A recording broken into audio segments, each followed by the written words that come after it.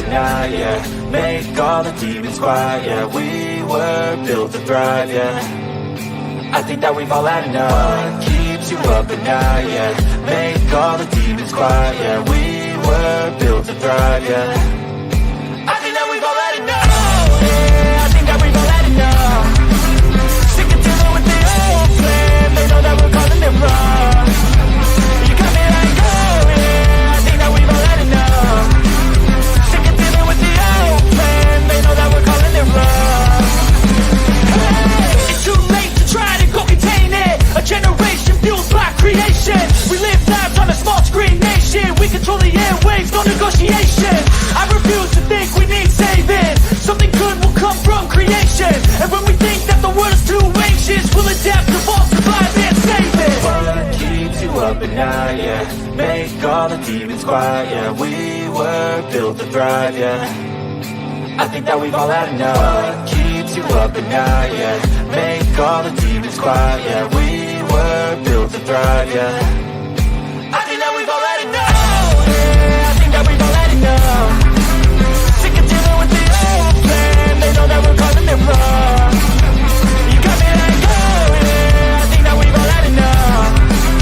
Sick of dealing with the old plan. They know that we're calling it wrong. I think that we've all had enough. Sick of dealing with the old plan. They know that we're calling it wrong. You got me like, oh yeah. I think that we've all had enough. Sick of dealing with the old plan. They know that we're calling it wrong.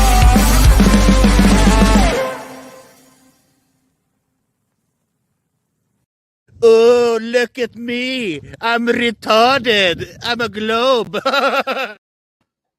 Good evening, ladies and gentlemen. Welcome to Sovereign Soul Unchained Mind, coming to you 250 miles above your imagination in the International Fake Station, dodging our way through this entire IT nightmare that we call home up here in the cosmos. I'm joined here with my good friend, Something Wong from the Chinese Communist Party, who's up here in partnership to co-pilot and make sure that we succeed in brainwashing you into thinking for yourself. That's right, ladies and gentlemen.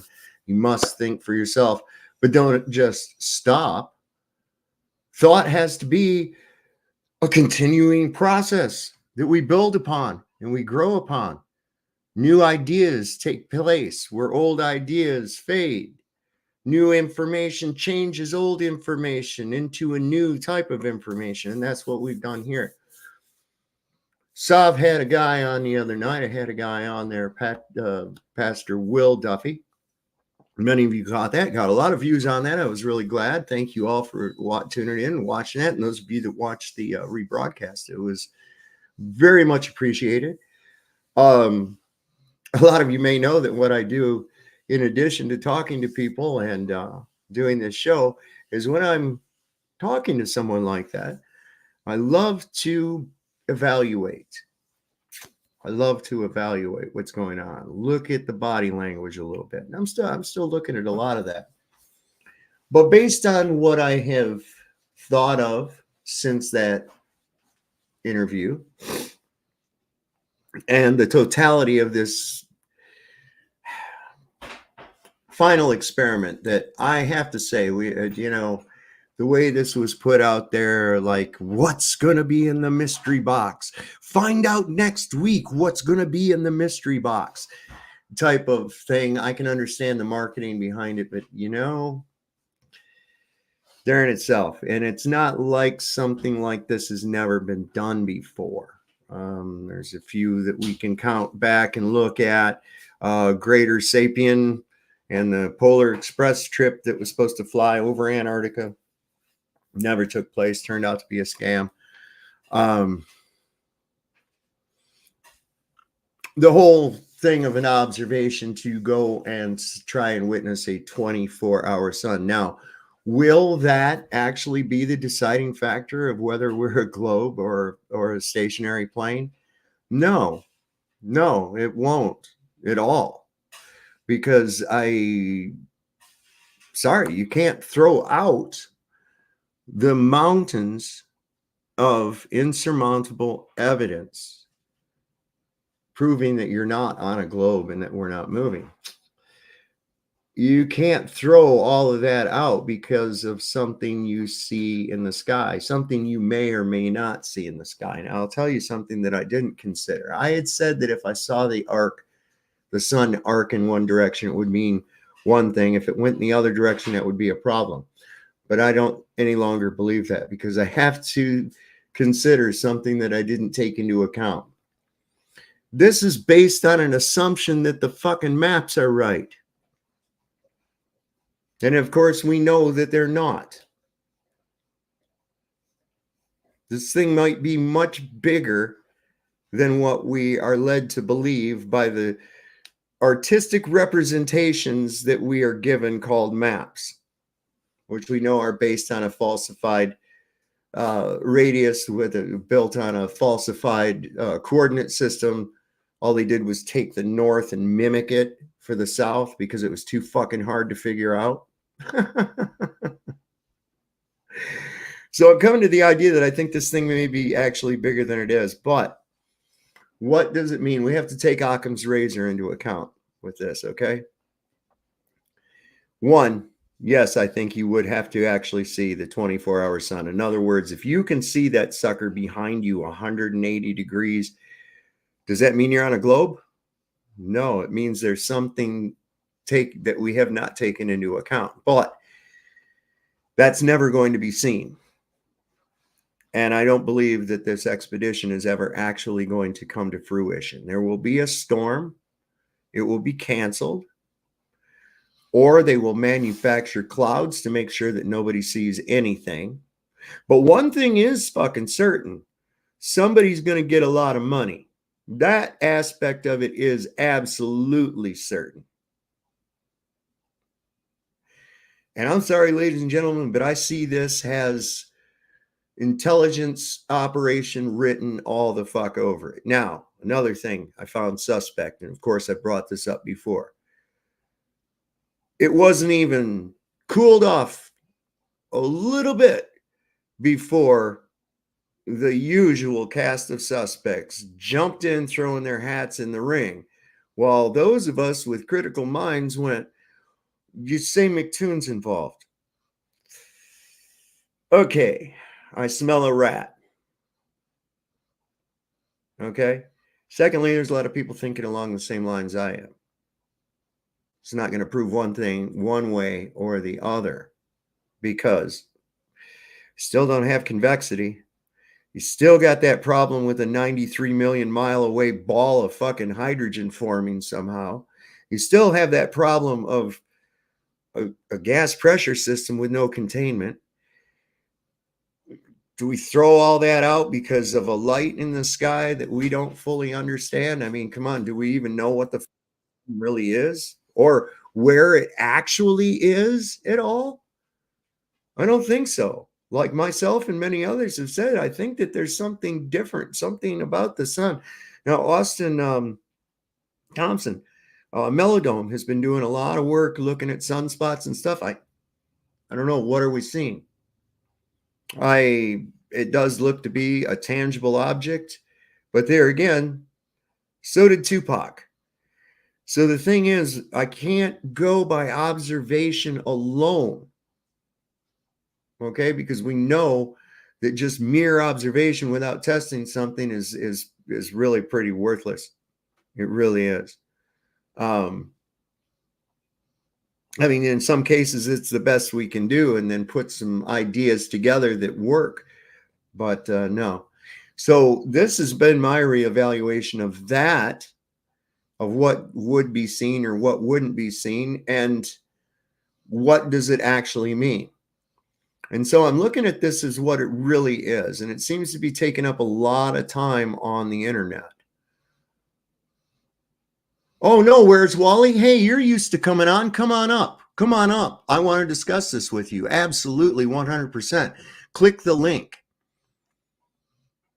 Yes, I am reevaluating because I didn't take into account some other factors that it had never accounted to.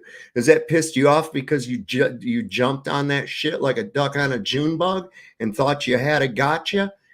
Think again, Captain Quasar. It's not happening, bud. Okay. So there you go. So that's where I'm standing on this thing. But in any case, you already know that it's not going to happen, just like the Polar Express didn't happen. And I want to play a video that was put out about a month ago by Flatworks. It's about a 10-minute long video, and it's on a guy named Mike Horn. Now, if any of you have ever listened to what who Mike Horn is, he was this explorer guy. Did some shit for Nat Geo or something like that. Let's see if there's more. He's a world explorer, and it says he debunks Antarctica's 24-hour sun. And there is an article. I'll link it to you in the chat. Oh, wow. I don't think that's probably going to look real good. Let's see how that comes through, if it does at all. Did that work? Does that link that I just put work, or do I have to do this? Hold on. Let me open the link in a new tab. Yeah, poor Where's Wally thought he had some kind of a fucking gotcha or some shit like that. But no, I'm willing to expand my evaluations and my ideas, unlike you. Okay. So whenever you want, come on up and just click that link. This one should work. There's the article. And then I'm going to bring up the video that I was speaking of. Anyway, Something Wong has notified me that there is going to be a pressure test taking place during this video. We will be stopping it. And of course, we're using it under fair use law. Flatworks doesn't mind either. If you are not subscribed to or know about Flatworks, I would encourage you, go over there, subscribe to his channel. He's got some really good stuff. But what I was getting ready to say too is that this whole thing seems to be dominating the whole thing now. Duffy's everywhere on everybody's channels. Everybody's talking about this, and it's going to do that, and it's going to do this, or it's going to whatever and everything. And it's just more, what's it going to be? Let's just see what happens. Okay. Now, as I said, I didn't take into account that, and it's something that I talk about all the time, and that is the inaccuracies of our coordinate system as it's laid out to us. Now, this isn't including the meridian corrections that are built into GPS software and shit like that to make it match up to their fantasy globe shit. We're not talking about that. I'm talking about, think about that. Think about having to lay out the longitudinal and latitude lines south of the equator. I want you to think about what would be involved with that, and then see if it would not be easy to be way off with nobody knowing when it comes down to the distances between these land masses. So that was something I want to consider too. So yeah, I think that what this is going to determine is one of two things, okay? That the sun does something in the south, or there's another type of optical phenomenon that happens in the south. Is it going to mean that the world is a globe? No, I am sorry. I can't throw everything else out. Okay? Based on that one thing. That's like these freaking morons that want to talk about flight routes. And that's another one. That's another one, these flight routes. Okay? They claim, well, it's this far distance from here to here. How the fuck do you know that? That's what you're told. You don't know that. You don't have any way to verify that. How in the hell are you going to measure a distance over a vast distance of water with no fucking reference points? Your references are continuously fucking moving. Huh?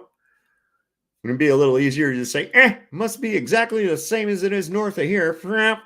Hope for the best. Well, it didn't work out for the best because we had many ships wreck, find themselves hundreds and hundreds of miles off course and crash upon rocks and get lost. And no,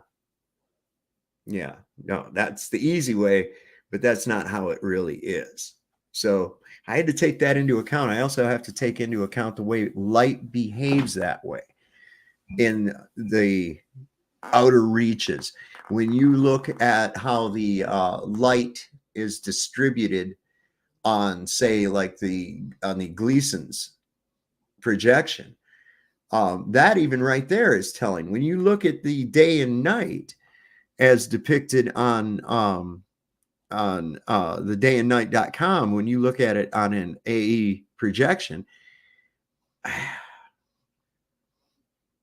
it's pretty telling. It's pretty telling. So that'll be interesting. If anything, it'll give us at least maybe a little bit of more data to work with to figure out exactly what's going on down there, or out there, should I say. So that's where I'm at with this. I believe that this screams intelligence operation all over it. I don't trust it for a second. I didn't trust it for a second. As soon as I found out McToon, that was the first word I heard, the first name I heard, and I went, there's fuckery about somehow. I'm not sure exactly how, but there's fuckery involved. We already know that because this vile, intellectually dishonest creep is right there. And what I'm trying to understand is how a fucking pastor gets hooked up with this guy. I don't know, man. I don't know. Anyway, always the cast of usual suspects. And they were all like, fuck yeah, I put my hat in the ring. I'm putting my hat in the ring. So finally, we're seeing another thing that's going to be occurring here too. Let me bring that up real quick. Before I get into Explorer Mike Horn, and that's Horn, not corn, Mike Horn. Just like it's Mike Hunt, not Mike Hunt, right? Okay. Let me go into my history. Oh, where's my damn thing? There it is. So it's 48 hours now until kind of a long awaited thing. And we pretty much know what's going to happen. Professor Not a Professor Dave is supposed to finally debate Witsit. We thought it would never happen, but guess what? Looks like it's going to happen. So that is going to be in 2 days. So what's today is, what is today? I forget what day it is. Thursday. Okay. So it's Thursday. It's a Saturday. It will be Saturday, and it's going to be on a channel. And I will get you the link for that while that other video is playing. And it's going to be on, oh my God, I can't remember the name of the channel, but I will get it for you. Anyway, yeah, it's going to be Professor Dave, Not a Professor, and Witsit. And Professor Dave, I don't think is worth shit without, no. Expanding Wally. I know you thought you had your fucking gotcha. I know you thought you had your gotcha or something, but you don't know anything, bro. So, hello, what's happening? Who is it? Not much. It's Roger. How you doing? All right. Never saw you with a picture or nothing on there before. That's me. Yeah, all right. I'm on my way to Duffy's church right now. He's having a service tonight. Yeah. I'm going to go see what they're like. Oh, my God. Yeah, keep us posted on that. Yeah, I thought I'd let you know. He's right down the street from me. Yeah. I did not know that he was that close. Holy crap. He's like 12 minutes from me right now. Huh. Yeah, I know. I'm on the road heading over there. How far away from you? How far away from him are you? I think it's altogether 8 miles, but it takes me about 15, 20 minutes to drive. Oh, nice. Yeah. He's got a little church. It ain't that big. I thought it was going to be bigger than it was. Yeah. I don't think it's real big. Somebody said that it didn't look like who was it? Maybe it was Keith. Said that it didn't look like it was a very big congregation. Yeah, it's an old Kingdom Hall, it looks like, from what I look at the building. Yeah. Okay. Yeah, those are pretty distinct. They all look the same. Mm-hmm. Yeah. I got it on the GPS right now, so it'd be really funny to run into them right now. It would. Not literally, though. That would suck. Look, there's Greg. Roger. Oh. Roger. Oh, can you guys hear me? Yeah. I was thinking the exact same thing as Roger was. I was like, should we have a bunch of Colorado, Denver guys go there and like just see what's going on with this Again, guy? after I get done talking to him. Oh, sorry, did I cut into that? No, he wasn't coming through. He was talking but not coming through, and Okay. so I don't think we heard what he said. Did you hear what Greg said, Roger? There he goes. All right. Anyway, yeah, that wouldn't be a bad idea, Greg. Hey, you got a bunch of, hey Roger, if you can hear me, there's other people in Denver area. And I think this guy is in Lakewood or Wheat Ridge or something. But I was wondering, and you already took the initiative, so good job, dude. I was going to go check out this guy's church too, but you're already on it. Hey, Quasar, 10 to the negative 17 Tor doesn't fucking exist, so it's a moot point, you fucking moron. All right. Wow. So this is what's happening, Greg. Check this out. This is going to be... Dead skin and brain pretzels. A cosmos collision, taking flexing credentials. Stars align for this wild exposition. Saw a golden flat map, it's a split decision. Professor Dave bringing science artillery. Einstein quotes gravity artillery. Was it holding firm on a horizontal plane? Truth hunter, flat earth break the chain. Telescopes and spirit levels collide. Freedom and beliefs in a daring ride. Logic and faith in a courtroom sky. Who stands tall when the doubts are flat? Waves, atoms dancing in Real quick, Quasar, if that exists, I call bullshit. Show it. Show it. Prove that 10 to the negative 17 Tor actually exists and is not just some mathematical construct. Go ahead. I'll wait. I'll wait because I already know you can never, ever demonstrate that ridiculous fucking pressure reading. There's no fucking way. It doesn't even exist, G. This just shows how lost you are, bro. a cosmic ballet. Newton's law. Math is not reality, Quasar. If I have two leprechauns and they're both riding unicorns and they meet up with two elves, how many creatures are there altogether? That's right, none, because none of those fucking things exist. Cosmic and their melody sway. Wisdom draws knowledge like ancient scrolls. Sacred geometry, truth unfolds. More maybe fact, this debate where it's at. Gold pancake, keeps mind acrobat. Clear skies, it's a clash of beliefs. Whose truth reigns supreme? No man's chief. The Quartering is the name of that channel. Thank you. Who just put that out there? Somebody just told me. It's a duck told me. So I'm going to get you the link to that real quick. And let me see. Let's see. Quartering. Dong, dong, dong. I guess this is it here. They have some good music. Oh, yeah. I like that. That jam was pretty cool. That was from Robot Polisher. Put that out today. I thought that was pretty cool a couple hours ago. Let's see. Has he got it set up yet? Anyway, here's the channel. Let me just go back to his home real quick. Dave, I don't have anything else to say. I wanted to jump on to talk about Pastor Duffy. That's it. Yeah. Go. Yeah, I mean, is that all you had? I mean, just yes. Yeah. I was thinking the same things. Like, you got plenty of people here in Denver. Why don't we go check it out and yeah. see You if might it's as hard? well. I mean, there's you. I guess you could go. Barbara could go. Yeah. You, I'd Barbara. have to pick her up. Yeah. Yeah. I mean, that's at least 3 people that I know in that area. I'm sure you could muster up a few more. Yeah, we could. Yeah, maybe you guys ought to need to get together and set that up. Maybe go down there, give his congregation a little bit of a boost. See what it's all about. The soft congregation. Put a couple shekels in the donation basket. Of course. Right on. Oh yeah.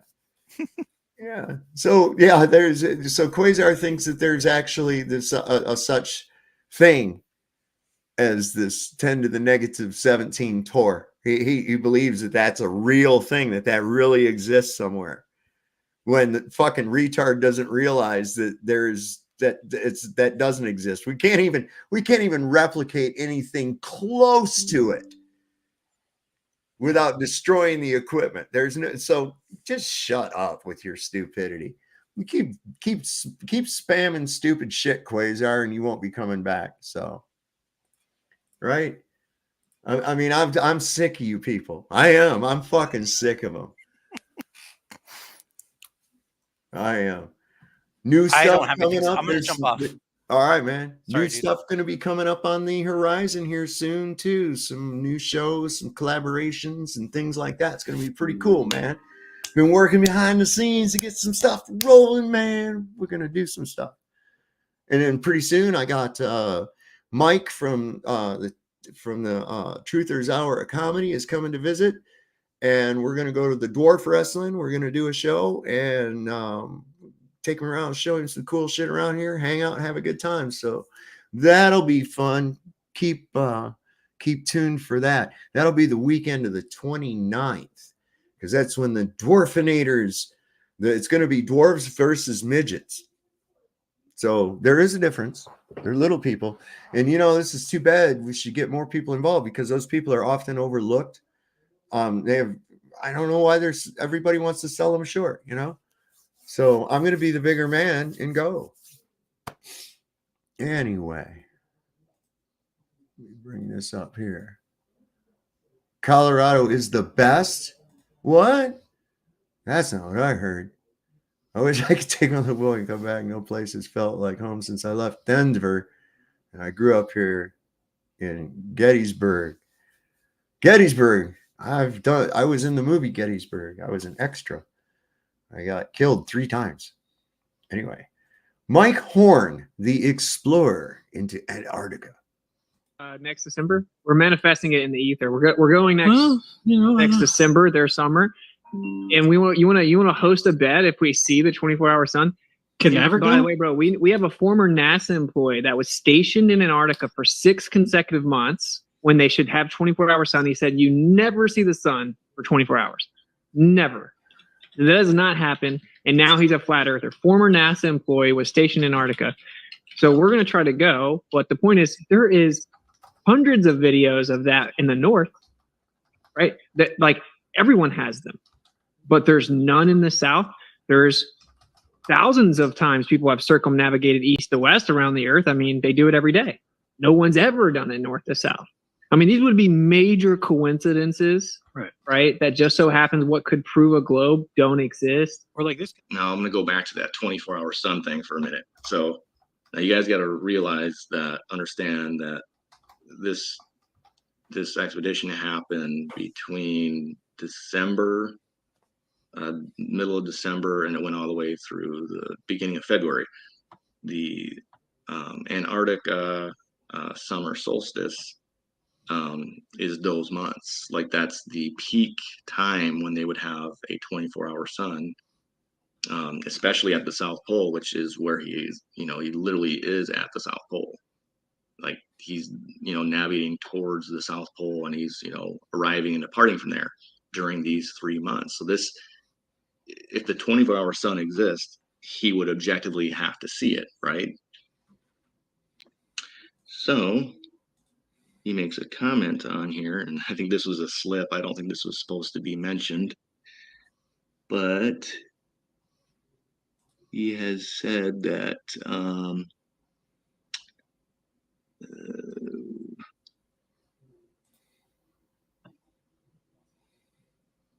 okay, so he says, found the kite again around Stradrugi, and then, okay, Mike spent up to 14 hours a day kite skiing. Then he also reported that the sun set at night, which made for cold tent temperatures this late in the season. So he says the sun sets at night, every night. So he's telling you that the sun is setting every day in Antarctica during the peak time when there's supposed to be a 24-hour sun. So you've already seen that I've debunked a few of these 24-hour sun videos. They fake them. They cut they cut and edit the webcam footage at the globe monitoring website at the South Pole literally every day for the entire year. There's several videos on that, and if you haven't seen them, I can link it to them. But it's just another, you know, another proof that there's no 24-hour sun there. He's literally saying that the sun is setting every day while he is skiing. It's setting, you know, at night, which would probably be like civil twilight, because I think that there's going to be prolonged daylight, and that's the thing. I think a lot of people confuse, you know, whether it's tourists or scientists, people are there, they're confusing 24-hour daylight with a 24-hour sun. That's true. So many do that. So many do that. And it's understandable. It's understandable. We're told, you know, why is it day? Because of the sun. Well, yes, but not. Okay. Now if you really look at it, you see daylight long before you ever see the sun. Okay. And a lot of that is due to scattering, as well as a fluorescing of noble gases within our atmos, which is going to help light up the day. This is why it doesn't come on you like a fucking spotlight or something. So there's two different things, because you get sunlight and daylight, and although related, they are not necessarily the same. Now, even biblically, it even says that God created light before there was the sun. Oh, I don't know, right? I mean, that was what, the fourth day? And we're doing, you know, all this light and darkness before there was even that. The earth's even made before any of that. So this is why I have a hard time with anybody that says that they're a pastor or a reverend, and they're going by that. And this is pretty much their toolbox, the Bible. And they're going, oh, well, that's just all the rest of it's true, but not this part right over here. See, that's it. Okay, well, we're going to see, aren't we? We're going to see exactly what it is. You know what, though, Wally? It's not going to mean that the Earth's a globe. It's not going to mean that, because we still cannot throw out the mountains, and tons of evidence that prove that it is not a globe. So what's it going to mean? If we see a sun 180 degrees from from looking north, and you look back and see it behind you, what will that mean? One, that's not going to happen. Two, what does it mean? It means there's some kind of an optical effect that we've not taken into consideration. It certainly can't mean that it's a globe. It's not suddenly going to cause there to be convexity to the Earth. It's not suddenly going to create gravity. None of that shit. So, yeah. Okay, well, a pasture is a field of grass. Very good, Wally. Very good. Is that all you got, Wally? Is that it? You got anything of substance to add to the conversation? Or are you going to sit there fucking crying because your ass hurts? What's the matter, Wally? You know, I just now found out who he is, and apparently he's supposedly some big guy or whatever in the globe community or whatever. But to me, they all look alike. They all act alike. They all sound alike. I can't even fucking half the time tell them apart to remember which one of the fucking retards said what retarded thing. And this is why I've said these guys are just inconsequential to me anymore. You know, what I found is the majority of them are just vile. They're just fucking vile, and they're not worth staining your soul to talk to them. You know, most of them, I wish they'd just drop through their own asshole and hang themselves. That's what I really wish would happen. But of course, that's physically impossible. You know, I just can't deal with that shit. Anyway.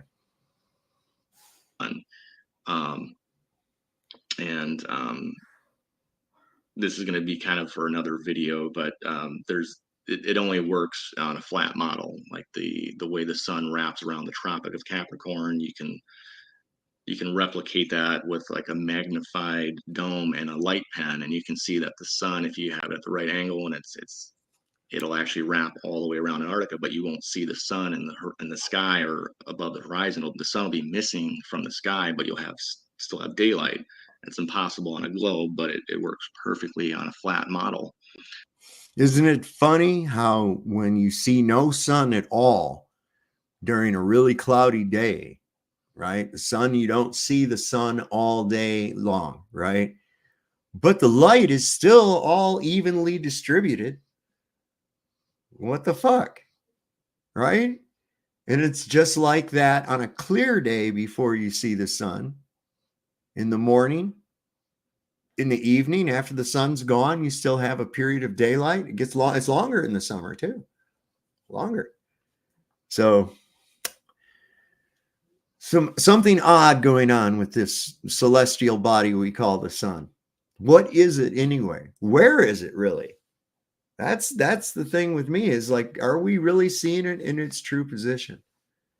And is it actually a physical thing?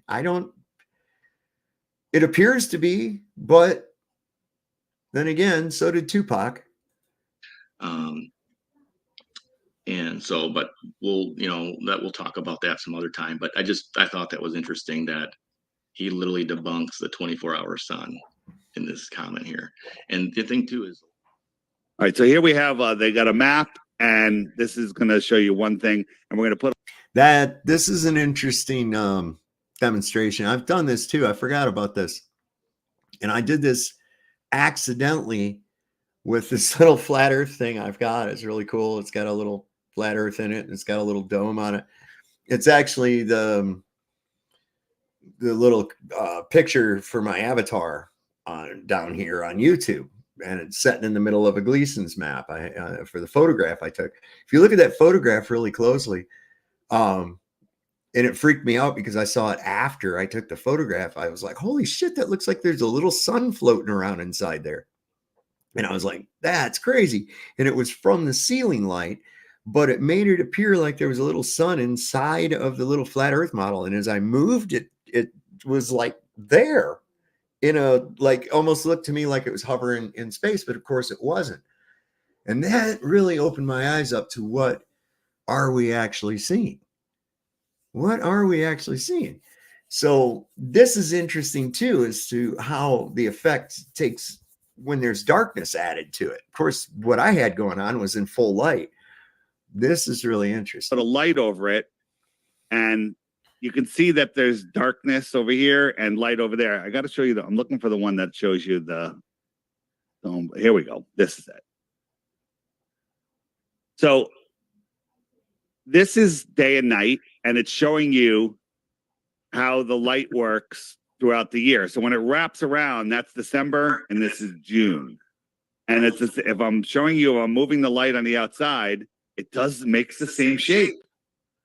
It kind of wraps around. So when you're far enough south in December, there's 24 hours of light. Daylight is different than sunlight, right? And you can prove that because even before the sun rises, it's light outside. Mm-hmm. The sun's below the horizon. Here, it's light for an hour before the sun rises. And you can read a newspaper on the back side on the opposite side of your house as the sun, because things are different down there. The sun rises in the east and sets in the west for you too. Okay. It's just the north and south that are different. So the sun's rising in the east. I could be on the west side of my house and I could read. I can read a book. And the sun hasn't even risen yet. The sun's on the other side of my house. That's because it's lighting up the sky. The sky, if you think about a photographer, they got their backlight, that's the sky, and then they got their direct light, their flashlight, that's the sun. And if they only had their flashlight, it would kind of be everything. It's a diffuser, is what they use in photography, and it does, and it takes the light, the concentrated light, and diffuses it back. I think it would be like the Blair Witch Project. So the sky is a light itself. And the sun, in my understanding, is everything is electric and magnetic. Everything has electrostatics. The sky is just the sun is exciting the molecules in the air, and most of the gases up high are nitrogen, and nitrogen fluoresces blue. And that's why we have nice colorful sunsets, because you're seeing it, hit the neon and all of the other gases, and you get these colorful sunsets. Dr. Bass says in here, it says if 24-hour sun in Antarctica, the base with 24-hour footage would have shown that, but instead it shows an 8-hour gap in every video. And they've said themselves that they cut the night from footage. Exactly. Over and over and over. And I hear these people say, there's film from down. No, there's not. Shut up. So is it, I just see this as a money grab for one. Okay. An intelligence ops. Absolutely. There's some kind of an intelligence agency behind this. Okay. And that even leads me to more suspicions I've had about some of these guys that we call the regular cast of suspects. Okay. And how they could be involved with absolutely the same type of thing. So no, do I trust it? Not one fucking bit. Now, when Duffy said, and I put it out in my community post, bless his heart, my brother from another mother, Lucky Haskins, knocking it out of the fucking park every time he makes a video. He said it so good the other day. He said, because Duffy answered his own question, that he didn't see what kind of motivation would be behind a lie like this. Right? What kind of a motivation could be behind that? And then he turns around and says, if he goes there and discovers that the earth is flat, he's going to have to reevaluate. There's that word again, reevaluate his interpretation of scripture. If you don't see that as a motive, as one of the many, I don't even know what to tell you, especially if you're a pastor and cannot discern that yourself. If something that profound would cause you to reevaluate your own misinterpretation of the scriptures. And yes, I'm telling you that, Mr. Duffy, that's a misinterpretation of the scriptures. Hey, Dave, I'm Yes, at Mr. sir. Duffy's church right now, and there's nobody Hey, here. Check out. Here it is. There's the Hang on. Agape King. hang on a second. Hang on a second. I'm going to bring you up full screen. There it is. Oh yeah, there's nobody here though. They said it would be here Thursday at 8 o'clock, but there's nobody here. Well, I know. It's You a sure little you bitty got- church. Yeah, it's the right church. Absolutely. He's a pastor. and you're the only one there. That's your truck? Yep, that's my little truck. Yeah. Nice. Got a little Ford Explorer. Yeah. Wow. Wonder if there was some kind of last minute calculation or calculation. I've been doing this shit too long. Last minute cancellation or something. It's a nice little church though. I like it. Yeah. Oh. They keep the yard clean. Yeah. See? So he said his services were Thursday at 8 o'clock p.m. Yeah. And There's it's nobody there. 8:18. Nobody here at all. No. Is it altogether possible that there again? Okay. Why? Why not? Why is it? Now, it could be innocuous, but hey, you got to have a building and claim that that's your church. Is that indeed his church? Does it have services, or is this some kind of part of the facade? Well, right now they're restorating it right now. They got to. Oh, okay. Okay. So they may be So working it's on it. under I don't know. restoration. All right. But I looked him up, and he's basically an LCC. That's all I could find on him. Yeah. So he's a legal. I guess he's got a couple of attorneys. I'm sure of it. You know, I could be an ordained minister by the time I come back online tomorrow. Oh, do it then. You know, We'll call you Pastor Dave. I mean, that's no kidding. You can do that. Yeah. You can My dad become an was a- ordained minister in like 10 minutes. My dad was an ordained minister, but he actually did ministry. He went to prisons and did chaplain work. Yeah. Well, I've After he been to got it- prisons. Yeah. After he got out of the Navy, yeah, he did that. I've been to jails and shit. I can't say I've been doing any ministering while I was there, but you know. Yeah, I spent 6 months in the joint. That was fun. I'm telling you. Yeah. I don't recommend it. We got a nice moon out tonight, though. Can you see it? Never again. They'll never take me alive. Oh, nice. Yeah. All right. I thought I'd let you know there ain't nobody here. It's Huh. weird. So it's closed for renovation then. That's I guess it's got a That's sign in unfortunate. the yard. Nobody's here, so. But it did say on their website 8 o'clock service is Thursday night. And it said it would be open. Somebody probably forgot to update the website or something. Yeah, it could happen. He's been busy. He's been on a lot of shows here in the last couple of days. That's what I understand. Yeah. I hear he's going to Antarctica too. Yeah. Well, see there, that's the thing. So this is where the big thing is at, right? So if he pays for Whitsitt, he can't go. And Whitsitt said he's not going to go if Duffy doesn't go. Wow. Kind of puts him over a barrel, doesn't it? I don't really see. I think it's hyped up to be more than what it is. Yeah. It really is, and it was done that way on purposely. Even the name of it, the final experiment. Well, first off, I don't give a shit what you say. It's not an experiment. No, it's an observation. Yeah, that's it. You're not manipulating any variables at all. Okay, you're just going there and looking. Okay, now that's an observation. Second, is it going to make the world all of a sudden be a globe? Absolutely not. Yeah, they got a lot of hurdles to sell that one, dude. Yeah. So by putting it out there with all this hype that it's the final experiment, this will determine it. No, it won't. Yeah. No, it won't. Just looking at this church, he's got a brand new roof on this thing, dude. Oh, I'm getting a brand new roof. Check this out, man. Okay. So when we had the wind and the bad fires out here in the mountains a couple months back, I was talking about it while I was on my show. I showed a little bit of video from it. And the wind had blown loose a bunch of my shingles. Now my roof's old. It's probably 60 years old, right? And it's never been replaced. It's always been a good roof, but now it's really old. And that wind tore off a bunch of shingles. So the guy came out here to evaluate it. I went through my insurance. I says, I want this roof replaced. And they said, well, we can come out and we can replace the shingles. And I said, oh, okay.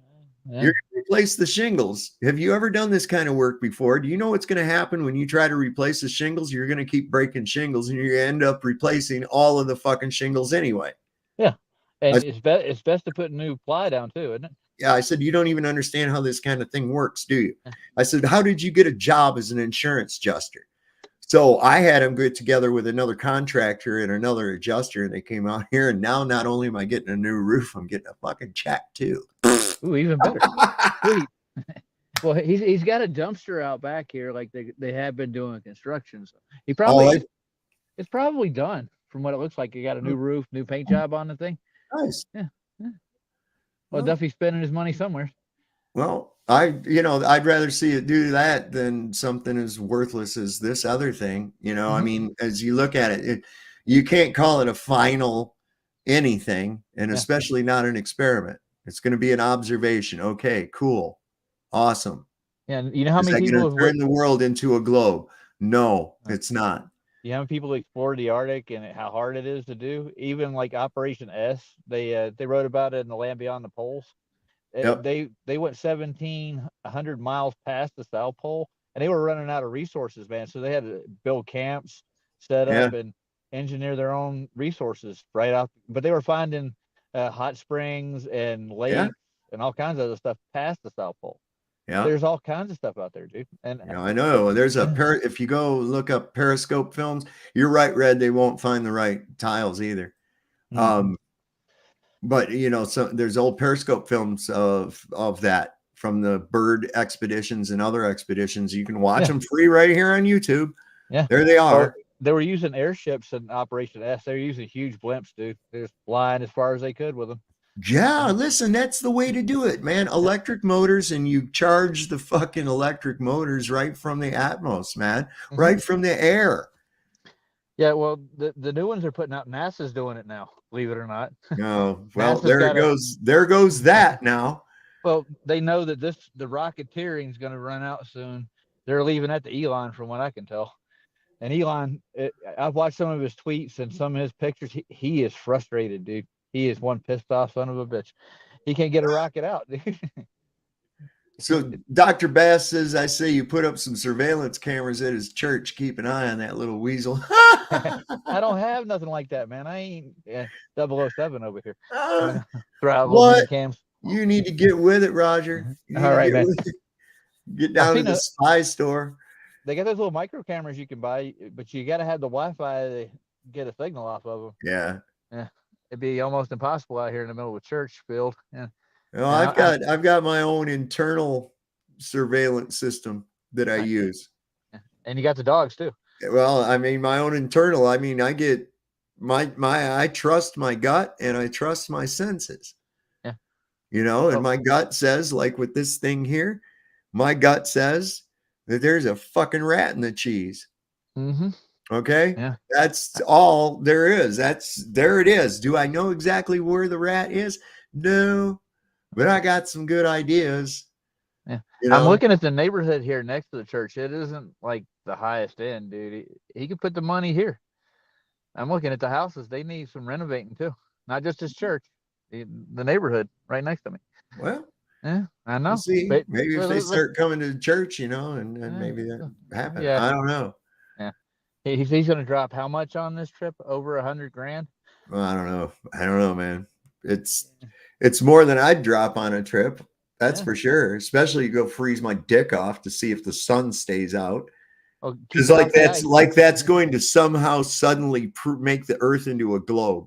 It's going to make it move too. I can feel it now. The Earth is just it's constantly spinning. Oh well, wait, we've been moving all our lives. We can't feel it.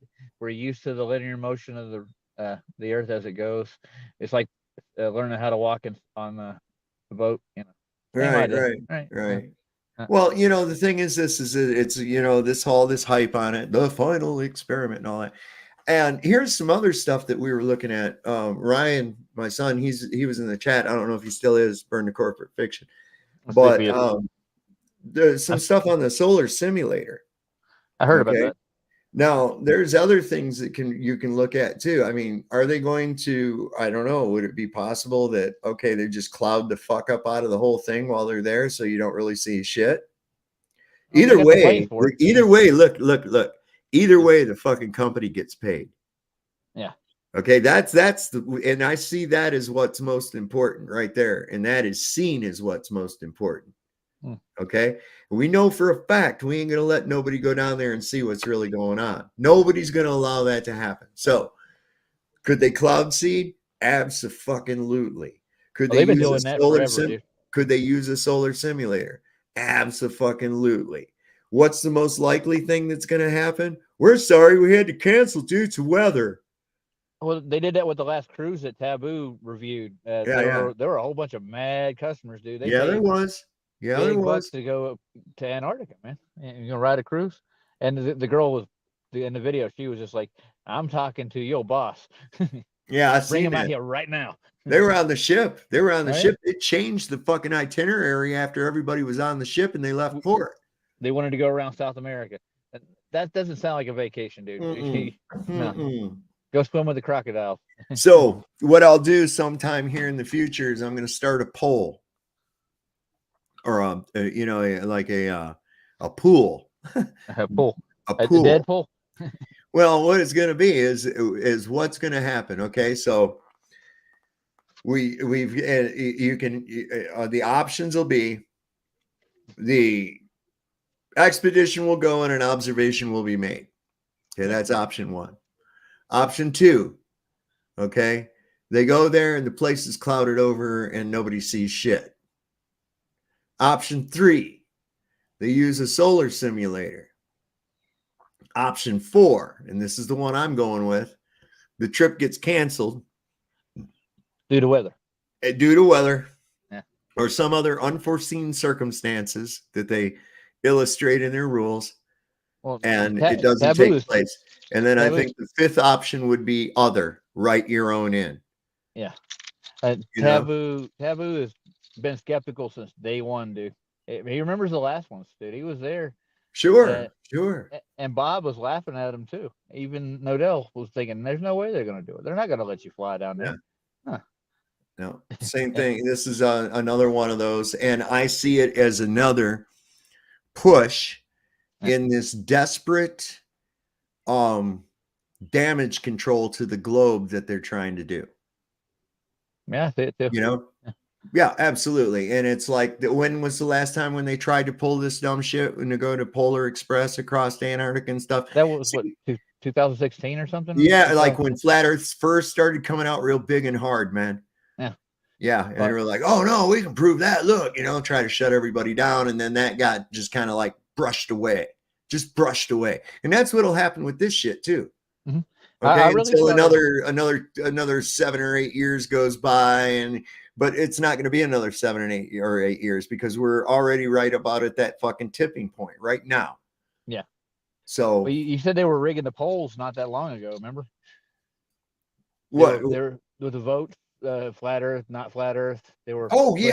Yeah. Remember this? Yeah, they like did like what they did with Biden, like in the middle of the night, just all of a sudden a whole shitload of fucking globe Earth votes come in. Yep. Boom. Yeah. Oh, they're good at that, dude. They've been doing that since Watergate, dude. Gillette loves the rig vote, dude. Make it look like you did it. This is the thing. I can see through all this kind of shit, and it's like my inner sense goes, you better go with your gut. And I'm learning more and more and more and more. The older I get, God damn it, that thing is always right. And I'm telling you right now, there's a rat in the fucking cheese with this. Yeah, I'm telling you right now. When I lived in Arizona, right? I lived in Arizona in the 2000s and the early 90s or late 90s, and I went up on the high desert and I took some binoculars and a telescope, and I was getting way too far. I was seeing basically what everybody's saying. I was seeing way too far back then, and I asked a lot of questions, and I started digging deeper, and that's how I got started in this. Back about 2003, I started researching stuff, looking in encyclopedias, and none of this stuff made sense to me since like grade school. Gravity didn't. 7th grade, I asked questions, and I just was told to basically be quiet, or I don't believe it. Either one of the two. And Riley Studios, take a breath for a second, bro. Riley Studios says compound interest. This is the name of this guy's book. Will Duffy wrote 10 financial truths to protect your wealth. This is something that bothered me too, is that someone that's a pastor or a reverend or a minister would actually engage in the sinful act of usury. Yeah. Right. Oh, the scribes and the Pharisees were good at that. That's how they made their living. But he's supposed to be a Christian, not a Pharisee. Yeah. Okay. So what the fuck? Well, he's taking lessons from them. That's what he's doing. Well, usury is a sin. Yeah. And he's going to indulge in usury.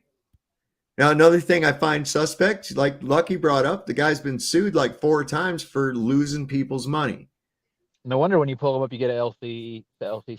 He's illegal. It's all legal. But he made good investments for himself, but not good investments for his fucking clients. What?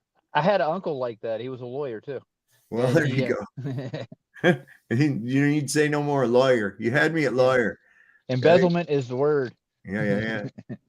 All right, I had 2 twin cousins. They got an inheritance. My great uncles, they got caught by the feds moonshining back in the day, and they left life insurance policies. They offed themselves. They didn't want to go to federal pen for moonshining back in those days.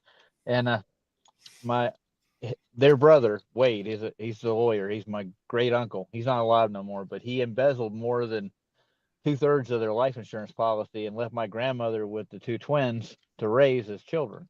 So my grandmother had to raise them and help raise her grandchildren because of my great uncle Wade Mitchum. We called him Mitchum, son of a bitchum. That was his title. Huh. Yeah, he was a grade A lawyer downtown. Wow. A local city lawyer. And so I kind of want to steer this back to the show. Yeah, sorry. I'm off topic. Go ahead. Yeah, that just brought up bad memories. Anyways. So that's how it works right there. That's my answer right there. It matches with experiment. This is something very interesting that you guys can do. Now, a lot of people don't understand this. It's very, very simple. And they're like, well, in maybe some places in Australia in December, it gets dark very fast. And then in June, it doesn't, but it varies differently no matter where you are. Because if you live on a low-lying area and there's just water around you, you're going to have different light characteristics, different sunset characteristics than somebody that has mountains in the distance, even if they can't see them. Okay? So in the heliocentric model, 60 degrees north is the same as 60 degrees south. It's the same thing. So 6 months apart, those areas should have the exact same light characteristics. And again, your topography is determines, how your sunsets happen. But in the flat Earth model, when the sun is out over Capricorn in December, it's moving faster. And then when it's over Cancer, it's moving slower. So that should be something we can measure, and we found out that it actually is. So here in June, when the sun sets in Connecticut, where I am, it's light for 90 minutes, maybe even 2 hours. There's still lingering light for almost 2 hours. And in December, it gets dark in 15 minutes after the sun sets. So, and that's no shit. That's even here in Virginia, we get like that too. In the wintertime, it's like you get a little bit of the daytime, and before you know it, it's like, oh, Lord, look at there. It's dark already. It's like 5 o'clock and 4:30, 5 o'clock, and it's already fucking dark outside. You're like, what the? Yeah, it does come up on you harder. Whereas here in the summer, the sun goes down and we still got lingering daylight for, evening. I'm sitting outside enjoying the weather and shit like that for a few hours before it gets dark. So from my location, from June to December, the time from sunset, the edge of the sun disappears, to darkness gets shorter and shorter and shorter and shorter and shorter all the way to December. And then it starts getting longer and longer and longer. Now, if the Earth were a sphere, and whatever I'm 34 degrees north, so 34 degrees south, as my sunset to darkness is getting shorter, that person in the opposite should be getting longer. In the heliocentric model, it should be getting longer. It doesn't matter if it's what time, what the amount of time, because that's different for every location, every latitude, the topography. It's just your time from sunset to darkness should be getting longer, but it gets shorter for everyone on Earth. Even you guys now go out, and this is the thing, people are very lazy, right? Go out and, so first you'd have to go out every night. You'd have to get a clear view of the sunset. You'd have to mark the time. Then you have to stay there and time it until it's really dark and get accurate times. And very few people can do that, but we have people all over the world doing it. And everyone's noticing it gets shorter. And right now, for everyone, as we're heading into the northern inner summer, it's getting longer for everybody, including you guys. That absolutely destroys the heliocentric model. Yeah, it does. Hey, Dave, I'm going to leave you for a little bit. All right. I'm going to get on the road. All right, man. All right. I got a suggestion. Hello, Harmon. Good to see you. Thanks for coming on. You too. So Pulsar suggested that we should contact people in Tasmania right now because it's wintertime. So I've got my trusty cell phone here. Okay. And I'm going to see if I can contact why is my little fingerprint sensor not working? What we'll do is we'll see if we can contact Tasmania. Okay. Well, that's what we want to do. I'll tell Joey be hi. Thank you. All right. You're So welcome. hello, operator. Connect me to Tasmania. Yeah, nothing's fucking happening. That was a dumb fucking idea. Unless you know somebody in Tasmania, go ahead and call them and get them on the fucking phone. Isn't Tasmania in Australia? See, this is one of the stupid shit things that these people say. Contact somebody in Tasmania. Right on. I'll go get my fucking yellow pages right now. Dumbass. All right, I'll be listening, guys. All right. I'll catch you later. All right, man. I mean, You got to say it in French, Dave. Dumas, not Dumas. Dumas, yeah. Dumas. Like Alexander Dumbass, he wrote that book. I remember that. Count of Monte Cristo. It was a good, I guess that guy ended up making a lot of shortening or something. Count of Monte Cristo. That was written by Alexander Dumbass. I love that movie, the recent one. The one with Finn Caviezel? Or and that little short Jim Caviezel, looking guy. Listen, man. That was pretty good. It was so good that guy Guy Pearce, the guy that plays his friend that fucked him over. Oh yeah.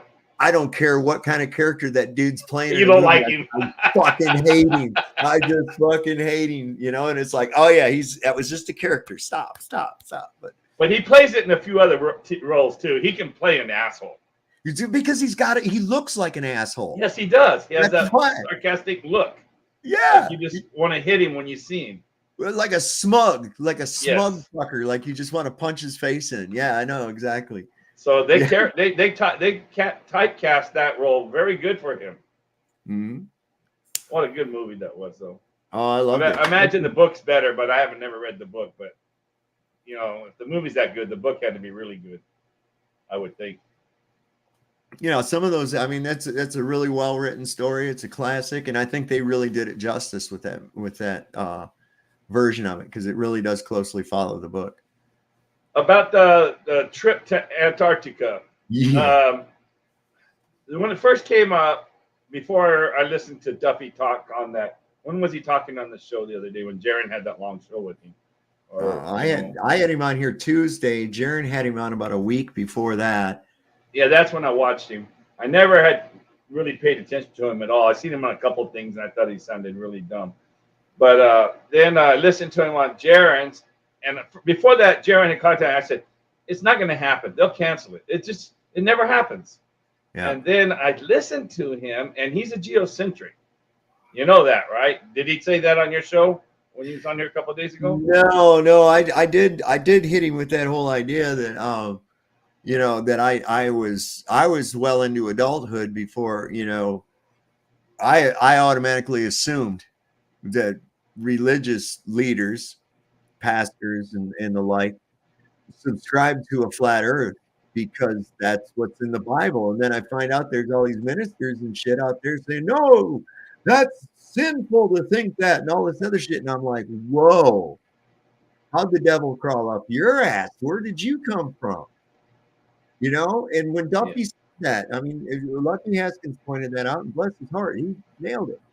He said he answered his own question, because he said, what kind of a motivation would there be for a lie like that? He said, and then in a few breaths later, he says, if I go there and find out that the earth is flat, then I'll have to reinterpret I'll have to reevaluate my whole interpretation of scripture.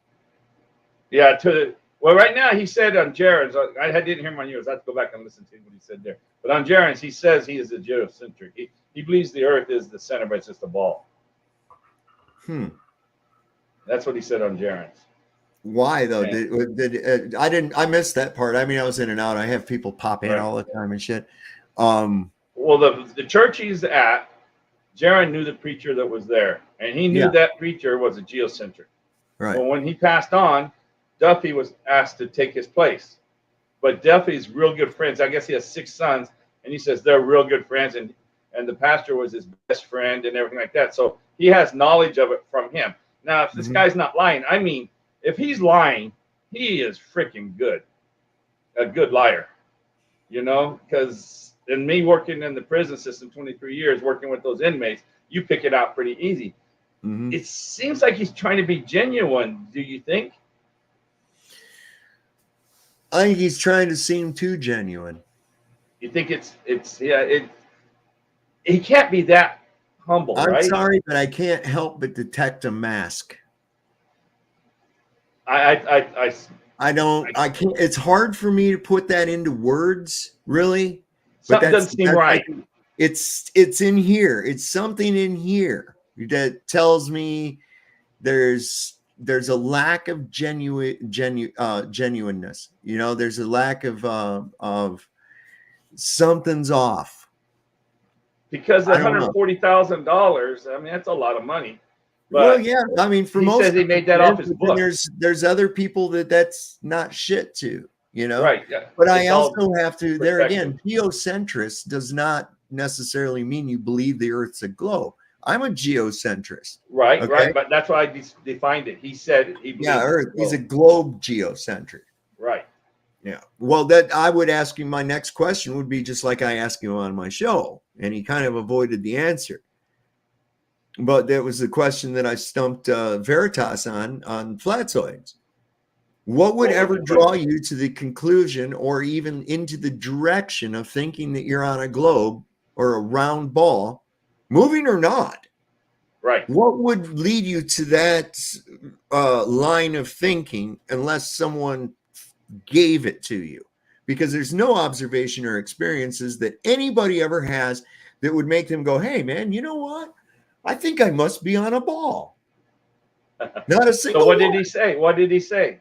He kind of segued off into other shit. Never did really answer it. Because But the only answer to that is that, because I've been told. That's the only Yeah. answer is because I've been told. That's exactly the answer. That's the only answer. And the problem is that most people, when they realize that, they know that, and their mind starts scrambling for anything they can think of that sounds good, and they'll scream sunset. Okay, what about a sunset would make you think that you live on a ball? In other words, you're walking along every day of your life and you see a sunset every day, and you one day watch a sunset and go, that must mean that I'm on a ball. Or yeah, I and they think you're trying to trap them. And yeah. you're not trying to trap them. You're just trying to get them to think. Yes, because I want them to understand that this wasn't their idea. Stop holding on to it so fucking dearly. Somebody gave that to you, and it wasn't for a good purpose. So you're not thinking, you're not convinced he's genuine. No. Okay. I can see that because I kept watching him. He kept smiling the whole time, just smiling. And I don't think anyone's that pure. Duper's delight. It could be. So the money hasn't been paid for sure, but I would think you would almost have to make reservations a year in advance, wouldn't you? I mean, I haven't gone into the site, but he did answer all the questions. He knew all the answers about the forms and everything he had to fill out. He answered everything Jaron threw at him. Everything. It's almost as if he worked for the company. Wouldn't that be something? Yeah.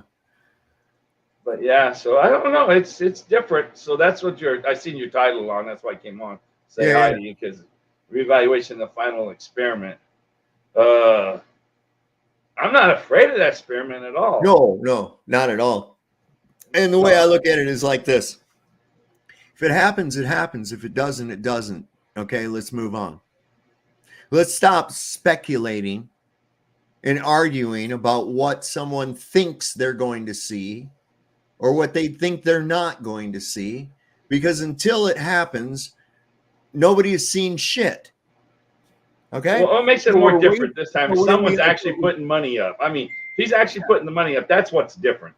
Well, here's the thing, though. It's got everybody talking about this subject right here, arguing about what people may or may not see when nobody's gone to see it yet. Now, we have seen testimonials from people who have been there and lived there 18 months or more, and they come back and they say, no, there's no 24-hour fucking sun. We got Mike Horn, who said that as he was going on his expedition, it got cold because when the sun went down, it went down to an ungodly cold temperature. And this is during their summer when it's supposed to be 24 hours of sun. So, you know, what is this going to do? It's doing what it was going to do.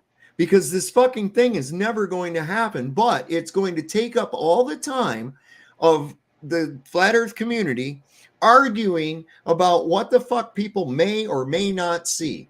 I say, okay, establish it. If you're going, go. If you're not, don't. Shut up. Let me know when you get there. Let me know what you see. Is it going to turn the earth into a globe? No, it's not. Who's supposed to be going? I don't know. So far, I guess it's up in the air. It's supposed to be Jaron, McKeegan, and Whitsitt. I don't know. Somebody else is crowdfunding or some other shit. Whitsitt won't go if Duffy doesn't go, and Duffy said he can't go if he pays for Whitsitt to go. So I don't really know, and I'm saying that the fucking thing is never going to happen. If it does or doesn't happen, it's not going to make the Earth all of a sudden a fucking globe based on an observation of something that we don't even know what the fuck it is, right? Is it going to suddenly make the convexity of the Earth happen? No, that's not going to be it. Not going to do that either. Is it going to change any of the mountains of fucking evidence that we have? No, not a bit. What's it going to mean? It's going to mean that we saw something in the sky and we need to understand it. That's all. I think it reminds me of the Greater Sapien thing when he got crowdfunded to do that around north to south circumnavigation. That was a straight out scam. I'll tell you what there, Quasar, you got a lot of fucking mouth in the keyboard, but you certainly ain't got enough goddamn balls to come up and click the link and talk. Okay? So here's your choices, asshole. You can either fucking click the link and come up, or you can keep your bullshit to yourself. I'll make sure that happens. So if you got some more shit to say, click your fucking link and come up. One more little bullshit out of you and I'll ban you for life, you fucktard. I was looking at your chat. You got 143 watching tonight. That's pretty good. Yeah, man. Oh wow, it jumped up there. It was like 100. Yeah. Wow. Yeah, I didn't know. Shout out too. I forgot to go through that. Holy cow, I got a lot of people in here too. Yeah. You need to guys need to hit that thumbs up if you would, please. Yeah, I know it's and if you're on a mobile device, just back out, hit the thumbs up, and come back in. Yeah, right on. So let's see who. There's Austin Murphy, red number 40, Riley Studios. Angela Baby Carson's here. The Akinator. Who else? Shawnee B. Dr. Bass. We've highlighted a few of his comments here tonight. Sean Alkey's here tonight. He spells his name the non-gay way, unlike Hawkins. RF is killing us softly. Don't forget, folks, I'll be debating Mr. Sean Hawkins, and it will be the last time that I ever have to be in contact with that vile, disgusting creature ever again. Okay, so I will dismantle him on Jaron. That's going to be on the 18th this month. Be sure and mark it down. It hasn't been set up online yet. Jaron usually does that about the day that it's going to happen, but that's going to be on the 18th, 6 p.m. Eastern time. Let's see. I got Mr. Super Sidewinder in here. RF is killing us softly. Killing me softly with RF. Killing me softly. We got Use Your Illusions, Rethink Inc. RH says $5. It never happens. Shit, I'd go deep. You know it ain't going to happen, brother. Riley Studios, let's see, no longer on the ball. We know he was in here. Chicago Cubby Bear. Let me see. Solver Mist is in here. Angle of Elevation. I don't know what happened here. Oh, I like what No Longer on the Ball said in the chat. He says, why doesn't this McDuffie go by himself, save money, and be honest what he sees? Why do you need those? I said, No Longer on the Ball says in the chat, why doesn't Duffy just go to Antarctica by himself, save money, and be honest about what he sees? Right. Well, here's the thing. I like that. This is doing exactly what it was designed to do. Okay. It's doing exactly what it was designed to do. I didn't think of it that way. So yeah, I'm leaning towards when you said a few things, that's why I called in. I'm leaning towards what you're saying. It's just a distraction, and it's not true. It absolutely is. So there's really no need outside of, so-and-so decided to go, or anything else. There's no need to even go on with any of this, because anything that we say from this point forward is just speculation, right? Let's ask the chat something, if you don't mind. Right. Can I ask them something? Yeah. Okay, chat. Just put a 1 if you think it's not going to happen. That's all. You don't need no other number. Just a 1 if you think it's not going to happen. No trip. Is that the way to say it? Just 1. Here, I got it. Not going. There's a lot of 1s. Evangelist says it. You know it's got to be good. She's good. Run Boston Bear says, yeah. They're all saying 1. Tons of 1s.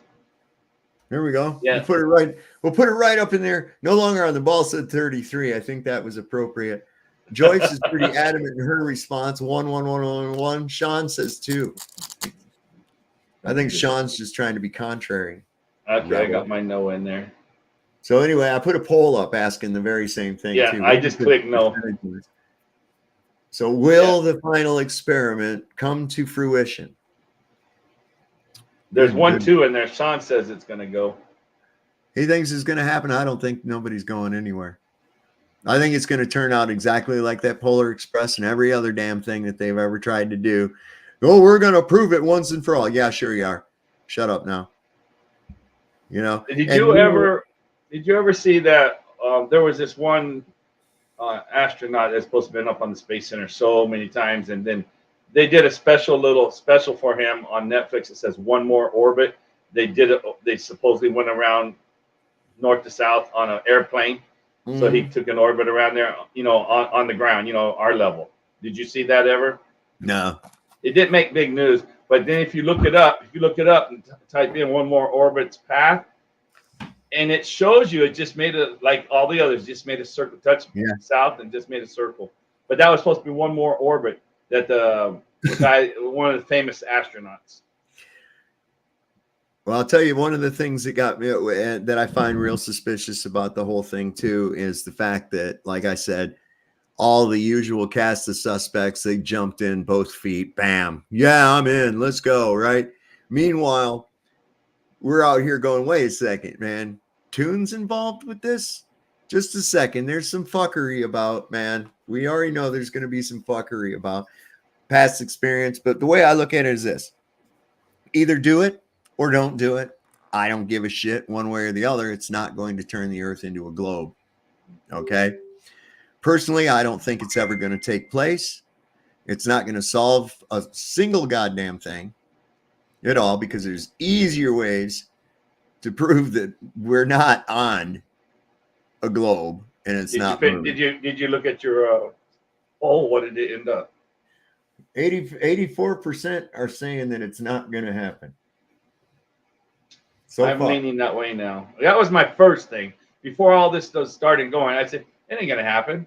That's 62 votes. We got 151 people. Please, if you can, just go ahead and vote in the poll what you think, if it's going to take place or not going to take place. We'll leave it up for a little while. But see, like I said, either going to happen or it's not going to happen. Meanwhile, what are we going to do? Sit here and fucking talk about it for the next 6 months? That's what they want us to do. Yeah. Well, like I said, I hadn't talked about it since Jaron that day, so it's been, at least I lasted 2 weeks or something like that.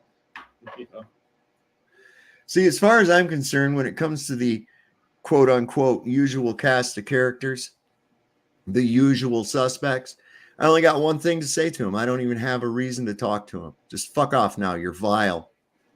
You're not even. Oh, you're talking about vile, that Sean Hawkins you're going to be talking to. Do you remember him back in 16, 17, and 18 when he was first coming out? No, I didn't see him back then. He was gross. He was set. It was like living in a little 500-foot square place. He'd sit there and he'd be spitting his whatever he's eating all the time. He'd just spit on his floor. He'd sit there and pick his nose. This guy is cleaned up like immensely, if you can believe that or not. That's how gross and disgusting he was. If you go back and see his pictures, his videos from 2017, he would just sit here and go like this, pick his nose and everything like that. So these guys were just got a job somehow, and gave him a job and to do that. Yeah, that's all it is. I mean, he's disgusting. Yeah, I know. I mean, I can't. What the fuck, and here's the thing, like today, he's such a vile little creature that I was on Flatzoid's perspective today, and Flatzoid brought up something about this Muslim guy, this Islam guy, jumped on I guess a minister or something, and was trying to stab him, attacking the guy, trying to stab him and shit. Cop came and tried to arrest the guy that was the dude was attacking, right? He's trying to arrest the guy that was going to be the victim of the stabbing, right? And so as he's arresting the guy, the fucking Islam guy comes up and stabs the shit out of the cop, and the cop ends up dead. And so I said, well, that sounds like karma. Where was this at? I forget exactly where it was. Sounds like but England, Australia, one of the two. Yeah, I said that sounds like karma. And he's like, oh, yeah, that must be a terrible, horrible thing to say. What a vile thing to say. And I'm like, no, you got to look at it from where I'm at. Okay. Here's somebody whose job is to go out on a daily basis and commit immoral acts on the public. Okay. This is somebody who thinks that they can put their morals in a jar before they go to work and come home and somehow suddenly have those morals. They're willing to take people and economically terrorize them in order to get a paycheck. That is a fucked up person in my book. Okay, that's a fucked up person. And when something like that happens to him, I don't have sympathy. I had started on a retirement job for the TSA in 2019, and everything was okay. I mean, I still hated. I'm doing it from a retirement place from these casinos over here. So almost everyone on the airplanes, it's charter airplanes, they're 65 to 80 years old, and they're treating them like they're just criminals and how we have to search them and everything. I said, okay, I could do that. Then came the 2020. Oh my gosh. And I quit in March of 2020 because I'm not treating people that way. I am not going to treat the people the way TSA treated people. Of course, there's people who can't quit their job, but I had the option of quitting. I wanted to welcome Truthers Hour Comedy. What's happening, Mike? Click the link and come up if you got the time to. If you don't, that's cool. It just sucks how they treat people. Well, that's the whole thing. I won't fly. I'm not going to fly anymore, man. When I went out to Flytoberfest, right? What a fucking dystopian experience that shit was. But here's the thing, right? My wife's on a pre-check thing. She's supposed to just be able to walk right through, right? Right. She gets stopped and searched every time. Me, even though she has a pre-check. Yeah, me, I don't have that. And they never fucking search me, right? They never search me. And when I was coming back from Vegas, I had weed in my fucking in my luggage, right? Right. I got home and there was a note in there from the TSA saying that they inspected my bag and they left my weed. Right. There's nothing wrong with that. And I'm like, that is the coolest thing I ever saw. And I was like, what the fuck? But I'm like, I'm the one on the watch list, man. Why the fuck you not search me and you're searching the old lady all the time? Oh, it's bad. And then I'm sitting there in TSA watching. And so we're getting all these super elderly people, half of them in wheelchairs. And I'm looking over to the right where people come into another gate that have their own private airplanes, their own Lear jets, their own nice prop planes.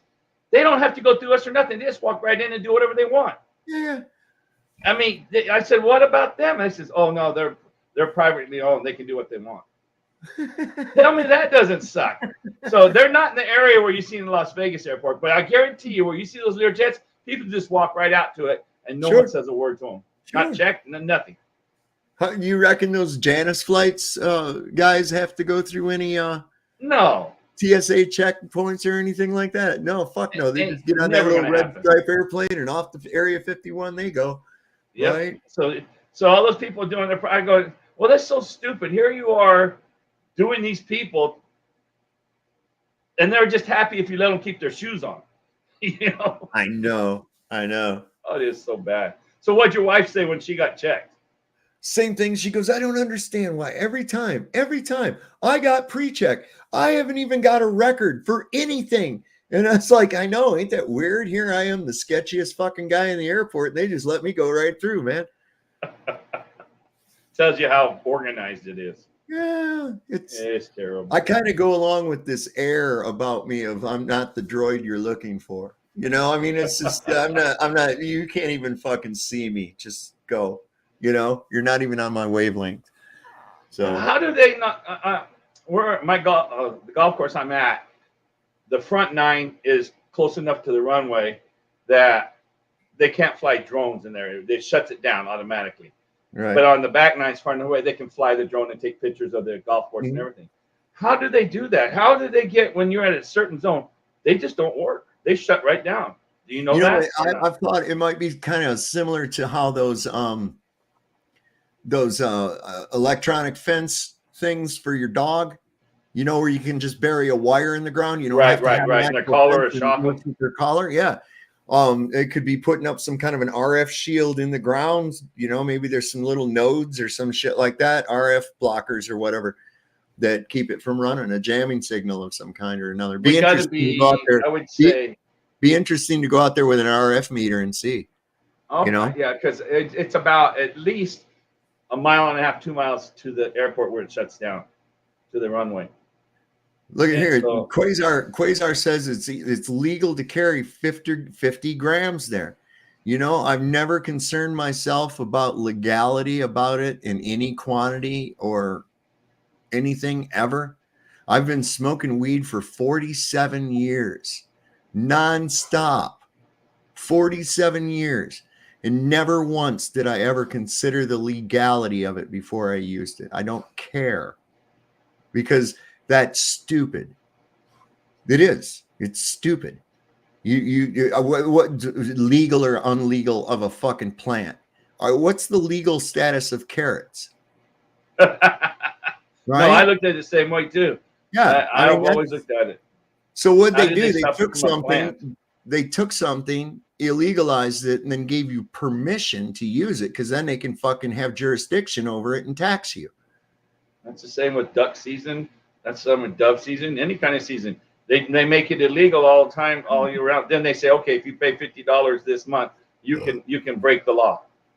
They make it they illegal. take a right and then sell it back to you. Right. Exactly. Yep. That's exactly. That's what I said. I don't know if you agree with that or not, but with the Constitution, I said they took all our rights away in the Constitution, and then they gave back your rights that they wanted to give back to you. That's the way I've looked at it. You know, because we had what do we have before that? We had the Articles of Confederation, which gave all the power to the states. When they got you teaching, oh no, that was bad and stuff, we had to have the Constitution. I said the state had all the power with the Articles of Confederation. They took away the state's power when they instituted the Constitution in 1789. That's the story we get, as far as we know the history. Who knows what that all happened? You know? So, I brought up the prospect of a solar simulator. What are your views on that? When they were really heavy into that in 17, 18, 2017, 18, I used to think about it. I don't know. I know they got the patent for it. They got this for it. I don't know. I don't know if they could do that or not. I still don't know. And I've seen all the things on. I was really big into it in 17 and 18. Then I just said, I think they're just, if they're letting us know, they're letting us know for a reason. So this is April 9th. This is from April 9th, 2010, FDEA proposed solar simulator versus sunlight. Right. U.S. Food and Drug Administration is in the process of formulating final rules. Now, of course, this was 14 years ago. For sunscreen labeling and testing, they have adopted a version of the solar simulator standard proposed by Colipa. Now, is that just so they can, simulate sunlight to check for cancer, or what do we got going on? European Cosmetic Products Trade Association. From our files, we have selected spectral data on several solar simulators that comply with the proposed rules. Okay. If it is, I'd say if it is, only thing that would be used for, in my opinion, would be if there's something underground. Yeah, maybe. I don't think, I give them, like Jaron always says, sometimes we give them too much credit, and I just don't think they could pull it off in the air. That's just me. They say don't underestimate your enemy, but that would be a big one. So if they're doing those if their caverns are that big underground, what do you think? Is it possible it's underground? Well, I've looked into some stuff about the actual what we're seeing in the sky is actually being projected from the North Pole. Kind of like in the along the lines of like a planetarium.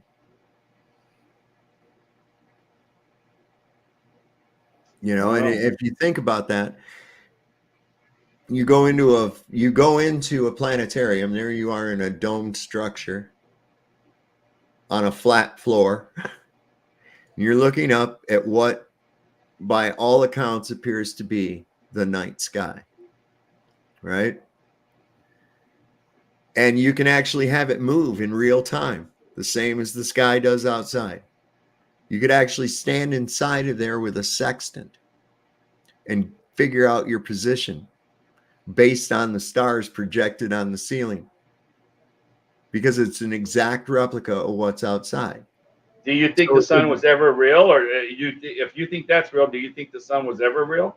I don't know, man. I don't know what the sun is. Here's what is so fucking crazy about the thing is we definitely know that there's positive electricity involved somehow, because we can harness positive electricity from the damn thing. Okay. It has, I don't know. Is it solid? Is it just a big source of energy? Who the fuck knows what it is, or even where it exactly is? You know, these are the things that I'm looking at too, is like, we don't even know. This is why I've said for the longest time, and they're always trying to trick you up. They say, well, we're going to see if the earth's round, so we're going to look in the fucking sky. Well, that's about stupid. I'm going to see if my swimming pool needs any water, so I'm going to go check the fucking ditch in my neighbor's front yard. What? That makes just as much sense. Right. I'm just going to stick with, I don't know what the sun is. I don't purport to know what the sun is. This is why I like to keep my fucking, like Lucky Haskins says, keep your goddamn boots on the ground. Okay? Yeah. The only thing I've learned through all these years is I tell everybody now, I don't never say anymore, we can see too far. I just stick it to the very bottom. I said, when I'm in California and Long Beach, I can see Catalina Island 26 miles away. With these high power binoculars, I can see the boats in front of Catalina Island 26 miles away. I don't say it's too far. I said that's A. There's no more debate. You answer that, and then we'll go on from there. If you can tell me why I can see Catalina Island 26 miles away from Long Beach, then we'll go from there. Well, here's kind of a mind experiment too. Okay. Now, if someone believed that water could adhere to the outside of an object like the earth and assume that shape, then they would also have to believe that it would be possible for the surface of the water to mimic the topography that's underneath of it. In other words, everywhere underwater that there's a mountain, there would be a mountain of water. I mean, if you think that... Yeah, because the gravity's sticking to it, yes. Yeah, see, yeah, so this, you can't have it both fucking ways. Right. Yeah, you're saying with the mountains and stuff that are underneath the right. Ocean. Or even go to the Marianas Trench and there be a trench in the water. Right. It'd have to be deep because it's so deep. Yeah, I don't even worry about it. I just say I can see 26 miles to the Catalina Island. And if you can answer why, and then we'll go from there. And I won't accept any refraction as a freaking answer. Mike, hold on a second. Mike, listen. Are you talking about the song for the show? If you are, man, click the link and come up. You want me to play it? I have it on the computer right now. I could play that song if you want people to listen and hear it. Let me know. Let me know, Mike. Truthers Horror Comedy. That's gonna be fun. He's coming out here to where I live. Him and his wife and kids are gonna come and stay, and we're going to see the Dwarfinator wrestling match in Woodstock. It's the dwarves are gonna fight the midgets.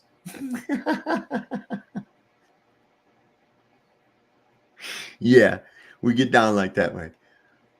Oh, not that one. No.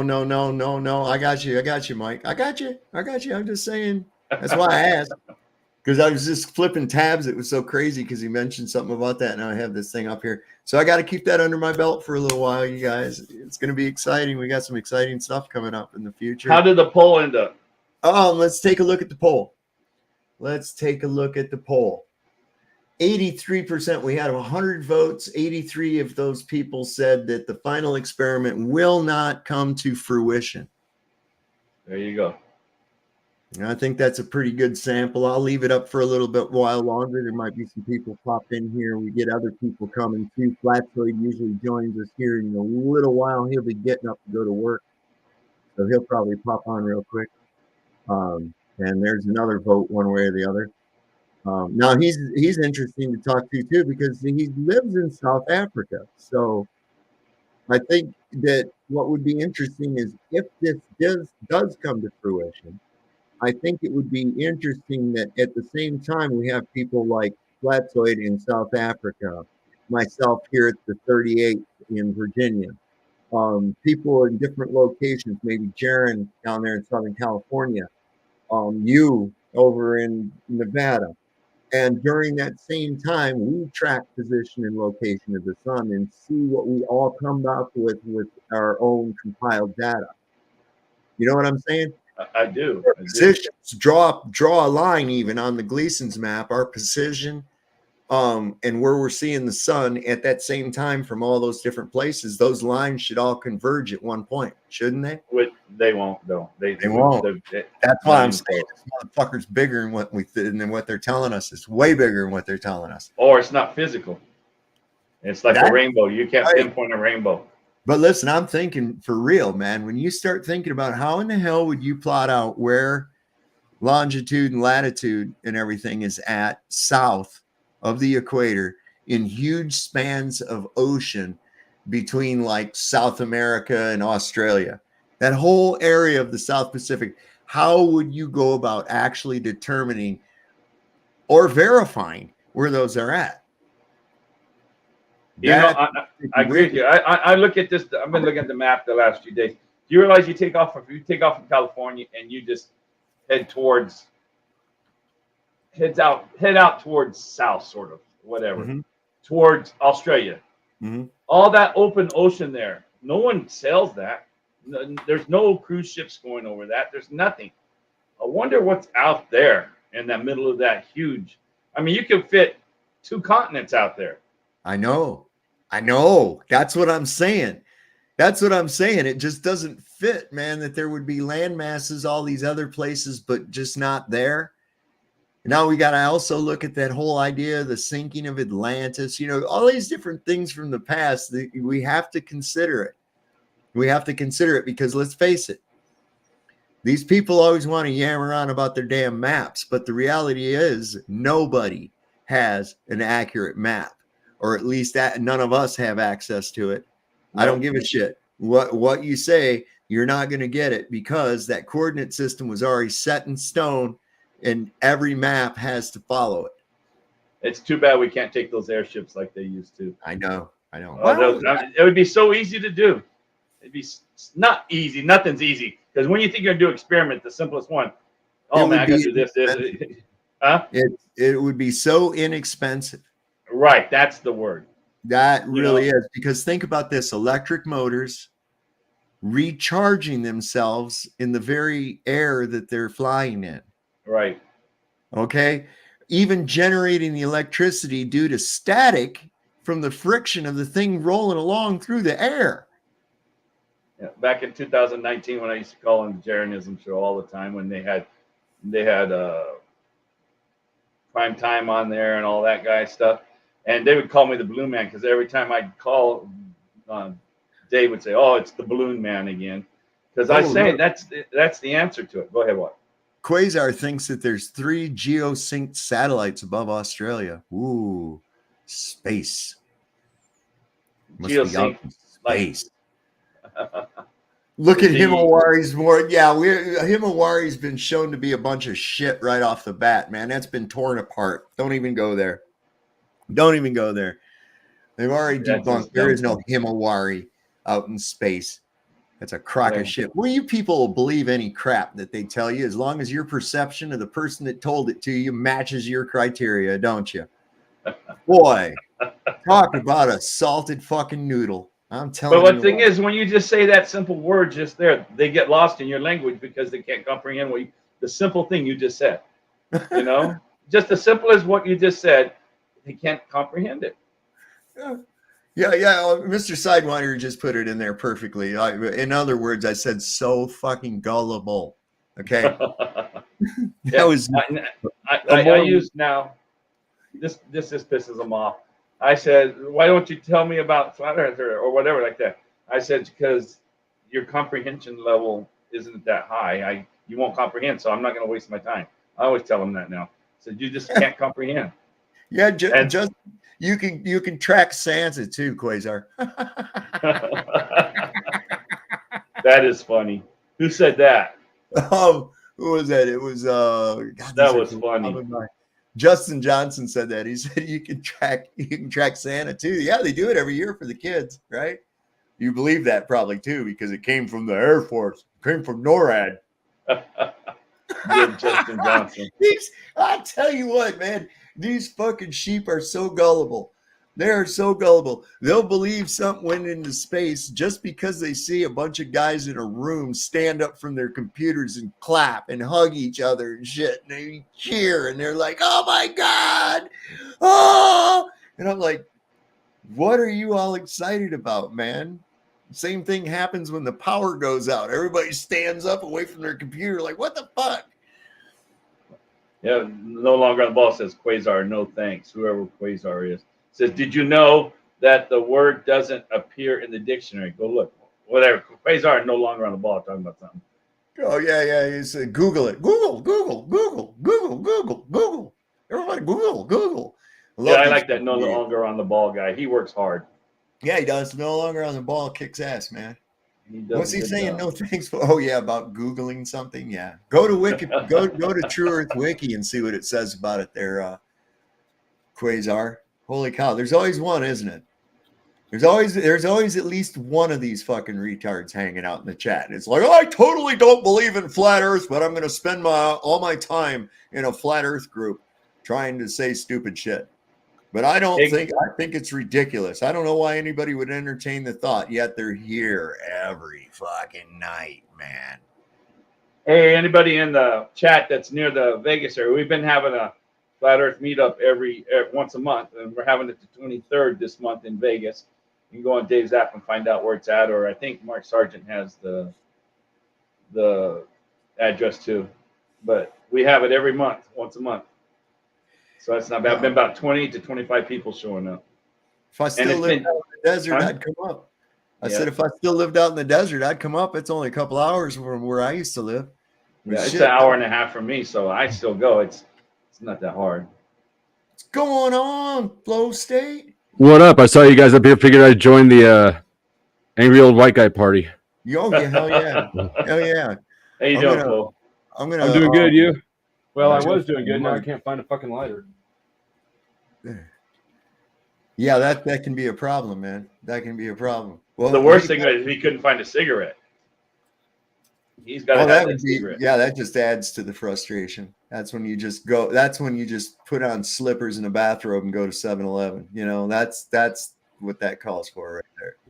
Yeah, what we were talking about earlier, Flo, is they got this preacher called Duffy that's volunteering to pay for 3 people, one globe person and 2 flat earthers, to go to Antarctica this December, and it's like $40,000 a person. He says he'll pay for them to go and see if there's a 24-hour sun. Who's paying for it? This guy named Duffy. What's his first name? Pastor Will Duffy. Pastor Will Duffy says he's going to pay for 3 people. Became a millionaire at 33. No, yeah. By his 30s, I guess. I don't. Was it 33? I don't know. Who knows? Truth is Our Comedy says he'll go down. So yeah. People are thinking 80 took a poll out of 100 people, 83% said they don't think it's going to happen. But he sat there and said he'd pay for 3 people. He's not going himself. He says because he's playing for 2 flat earthers and 1 globe guy to go. So we're thinking no, that's over $150,000 out of his pocket. Yeah, it's supposed to be if they observe a 24-hour sun, that's supposed to suddenly turn the Earth into a globe or something. But No one has disputed a 24-hour daylight period. It's observing a sun for 24 hours is what's in question. So that was the basic gist of it. Like I say, Dave doesn't want to. It's a moot. So are you guys going? No. No. They're good thing. Jaren's one of the people, maybe. If you know Jaren from Jarenism. Mm-hmm. Would you bunk with the rattlesnake? Would I bunk with a rattlesnake? Yeah. You mean the other guy? Yeah. See, that's why I wouldn't go. Yeah. Who's the rattlesnake? A McKeegan, any one of these fucking. Oh, if we're talking about like a snaky person, I can deal with snaky people. Yeah. That's what he's talking about. Yeah. But I mean, look at my channel. I deal with snaky people all the fucking time. You invite snaky people. What's going on? I got to keep shit interesting. Hey, Soft. Yeah, man. Yeah. Oh, yeah. You get some interesting characters. Do you still get Illuma Tommy? Is he still around? He hates me like 70% of the time, and the other 30 were cool. But when Tommy comes up, it's always a short ordeal because he comes barging into the panel, and then I end up kicking him out because he just disrupts the conversation. But he is entertaining. He has his entertainment value for about 2 minutes. I like Tommy even when he hates me. I think he's funny as shit. But when it's my panel, I don't always want to manage him. I mean, I manage him like I would anybody else who just barges in and starts over talking everybody. Right. Yeah, and you take a big risk of getting a channel strike having him on too. Yeah, I'm doing pretty good on strikes though. I've got 0. So yeah, I'm doing pretty good myself too, man. So once I started making money, all of a sudden all my appeals went through just like that. Yeah. YouTube's like, oh yeah, we're just kidding. That's not a strike anymore. See, I'm gonna get off my ass and finish doing the monetizing thing on here. I just haven't gotten around to it. I'm well over what the qualifications to get it are. You rich? What? Are you rich? No. Seems like something you'd get around to. I make money. I know they're making money, and I really kind of like go fuck them. You know, I don't need their money. He's retired. There's a difference. So, it's not rich. I do this because I enjoy it, and I have a mission. And my mission is to make people learn to think for themselves. You know? Get it. Good luck. That's hard. You and Talcott can compete for most absurd missions. Oh, well, tell you what, I've actually been quite successful in a lot of my endeavors as far as that is. And it's merely by using the Socratic method. Okay. People don't want to think. All I do is I just make a person question their own belief system. That's all. So you gaslight them? No, I just make them question their own belief system. I take that which is only belief and they claim to be science, and I put it to the test. Put it under the microscope. The first thing I do is just like I got this guy the other day, Veritas. I ask him this one fundamental question that seems to stump the shit out of every globe believer. Which is what? Okay, if you had never been told you lived on a globe, what experiences on a daily basis or observations do you have that would make you go one day, like you walking along and you just go, you know what? I think I'm on a ball. This motherfucker's round. Yeah. So that's where I try to get them at, so that they can understand that that was not their idea. They had to be told this shit and then convinced of it. You know what did it for me though was the mechanics, right? The mechanics of what spinning around through space would be, or the mechanics of a pressurized system with no container. Well, this doesn't work. The reality doesn't work. That it wasn't your idea. Okay, it was given to you, and this is why I can't understand why people hold it so personal as a belief. Well, they gotta want to for that to work though. That person has to really be questioning instead of being there fighting you. So I don't think it works with a fighter. You know that. It only works with people wanting to learn. Yeah. You know. Well, see what the most common thing I get from one when I ask them that is that you can see in their mind, you can see in their expression, their body language, that now they're in a place where they're scrambling for an answer. And one of the first ones they'll jump to is, well, it's sunset. Okay, let's examine that. You're going along through your life and you witness a sunrise every morning and a sunset every day. And then one day you just come to the conclusion based on this observation that I must be on a ball. Why? Why would you go to that idea? Right? You wouldn't. You wouldn't. That's how this was explained to you. That's why you jumped on it. Because it's again, someone has to be wanting to learn. Someone has to want to learn. That's hard to find those people now, isn't it? I still think that Globe, just like well, a lot of science we learn in school, as well as religion, trains you from a young age to believe in things that are internally inconsistent, like a trinity, 3 gods and 1 god. Yeah.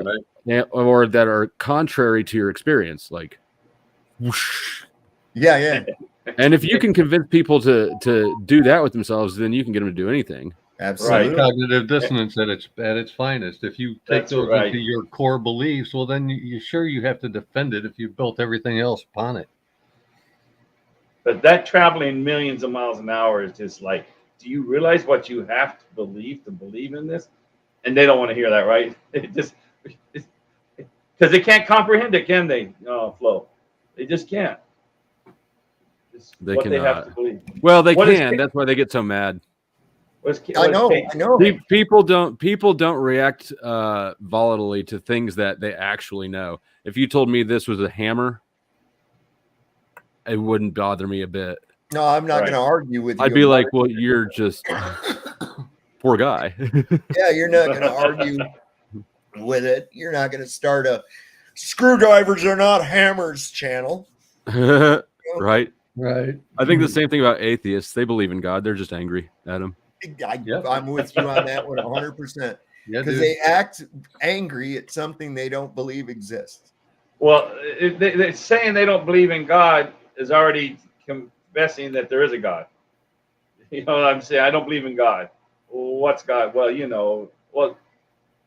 it's I don't know. It doesn't work to me, like you said, Flo. They're saying I don't believe in God. Well, then you can't even say that then. So when you look at like the atmosphere and a spinning ball Earth, right? Right. The atmosphere would have some slippage. It couldn't travel at the same speed as the Earth or a little bit faster. No, it would drag and it would be a little bit behind at the very, very least. Well, here in Michigan, the dominant wind is from the southwest. Explain that, Globies. Gravity.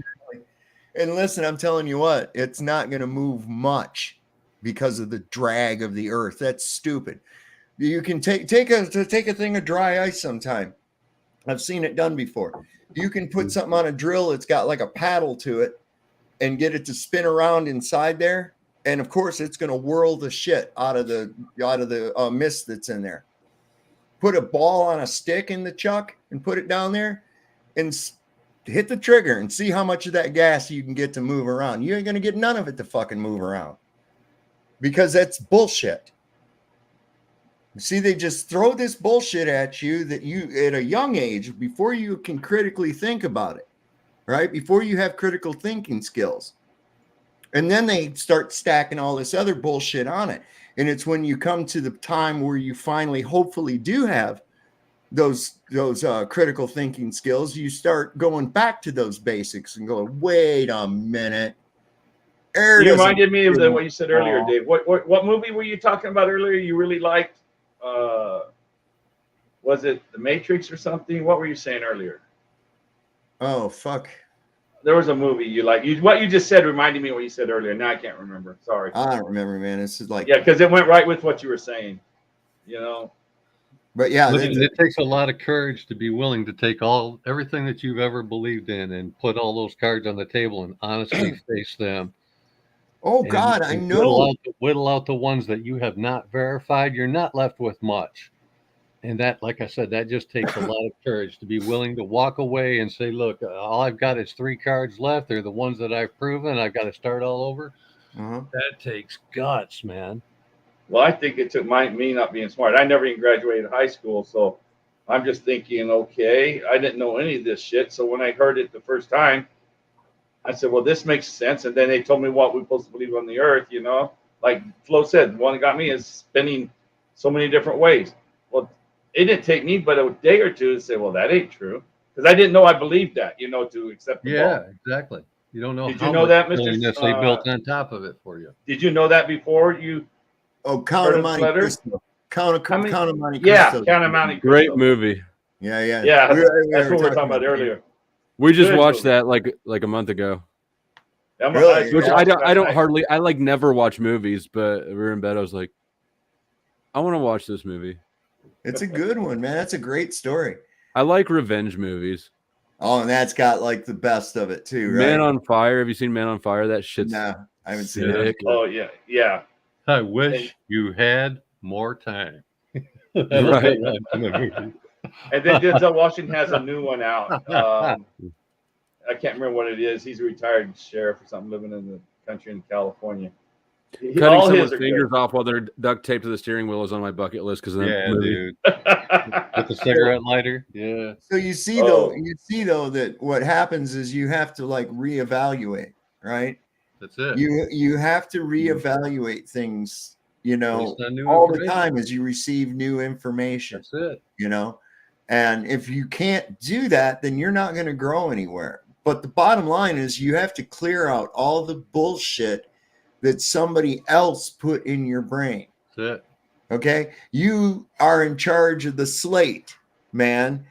Only put on the slate what you put on the slate. Don't let other people write on your fucking slate. That's what they did for 12 years, and they turned your brains into ramen noodles. So, Flo, what do you think going through college? Do you think the higher degree you get, the more education system, the harder it is to accept this, or it's just individual? Well, because people's self-identity get tied up in it more and more. You're spiritually invested, you're financially invested, you're peer invested, you might be career invested. Yeah. So it becomes much more difficult. It becomes your identity. Think about what we're talking about. It becomes difficult to be honest, which should be the easiest thing in the world. Yeah. Did you guys all go to college? You go to college, Dave? Fuck no. I quit school as soon as I found out I could. I was about 17. That's why you're smart, dude. That's why the only job I could get was a prison guard. You don't have to be smart to be a prison guard, I'll tell you that much. Here, take this. It does help if you're corrupt. I'm going to tell you right out the gate, man. School is not a place for smart people. Not at all. I realized that a long time ago when I was a kid. My whole feeling of this is, why are you trapping me in this fucking moron prison? What in the fuck am I doing here? I look back to my sophomore year in school. I just hated to be in there. So Mr. Brown, my history teacher, he just saw that I wasn't there. He says, Harm, if you want, you can go sit out on the patio. He says, I'll give you a D if you just want to go sit out on the patio. So I was out on the patio, and he let me sit there the whole class because he knew I just didn't. I don't know what I just didn't care. I didn't like school. So my senior I got some of that in me too. Did you? So my senior year, I went to summer school before the senior, so I could take more electives. So I took gym at 4th period, then there was lunch, and gym at 5th period, which is after lunch. So I sat there and played basketball for those 3 periods. And that's the only time I'd show up for school. 4th, lunch, and 5th period, then go home. Nice. That's why I didn't graduate. That's all I ever did.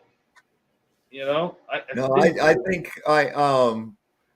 most of the time when I was there, I skipped school except like classes that I really liked. And like one of them I remember was microbiology and biology. I loved those classes, especially because of the teacher. He was cool as hell. This guy had a way of explaining shit like it was phenomenal, right? And some of his demonstrations, and he knew we'd been it was right after lunch. He knew we'd been outside smoking doobies before we came in there. He knew that. He didn't say anything, but he'd fuck with us nevertheless. right? He would totally fuck with us. So this one day we came in, we all sat, you know how you got those tables in science class and there's 2 seats at each table. Oh yeah, right? yeah. So I'm sitting there, I got a nice little buzz. He comes walking in the classroom from the back and he walks up along through there. And as he walks by me, he goes, bam, and he punches me right in the fucking shoulder. Hmm. And I was like, ah, and he just kept walking. He got up to the front of the room like that. And I'm looking at him. He says, I didn't touch you. I was just like, bullshit. You just punched me in the arm, dude. He says, well, I didn't touch you though. And I'm like, what the fuck are you talking about? So that led into the lessons of how the negative charge in his fist pushed against the negative in my body, which caused an equal and opposite reaction. But on a microscopic level, we never physically touched. That's It was right. only that You, force. you should have went and told him, let me not touch you now. Oh man, no, he was Yeah. just really a cool dude, and he was like Oh, I a know real you life liked action adventure guy too. Because like during summer vacations, he would go on like these scuba diving trips or mountain climbing to Everest and shit like that, and he'd bring back slides and had pictures of him diving in and out of these huge barrel cactus or barrel sponges in the ocean and shit. I mean, this guy was really cool. Did you? And- Go ahead. Yeah, and plus the fact that I could dig on that because I was actually learning some cool stuff in there. Right.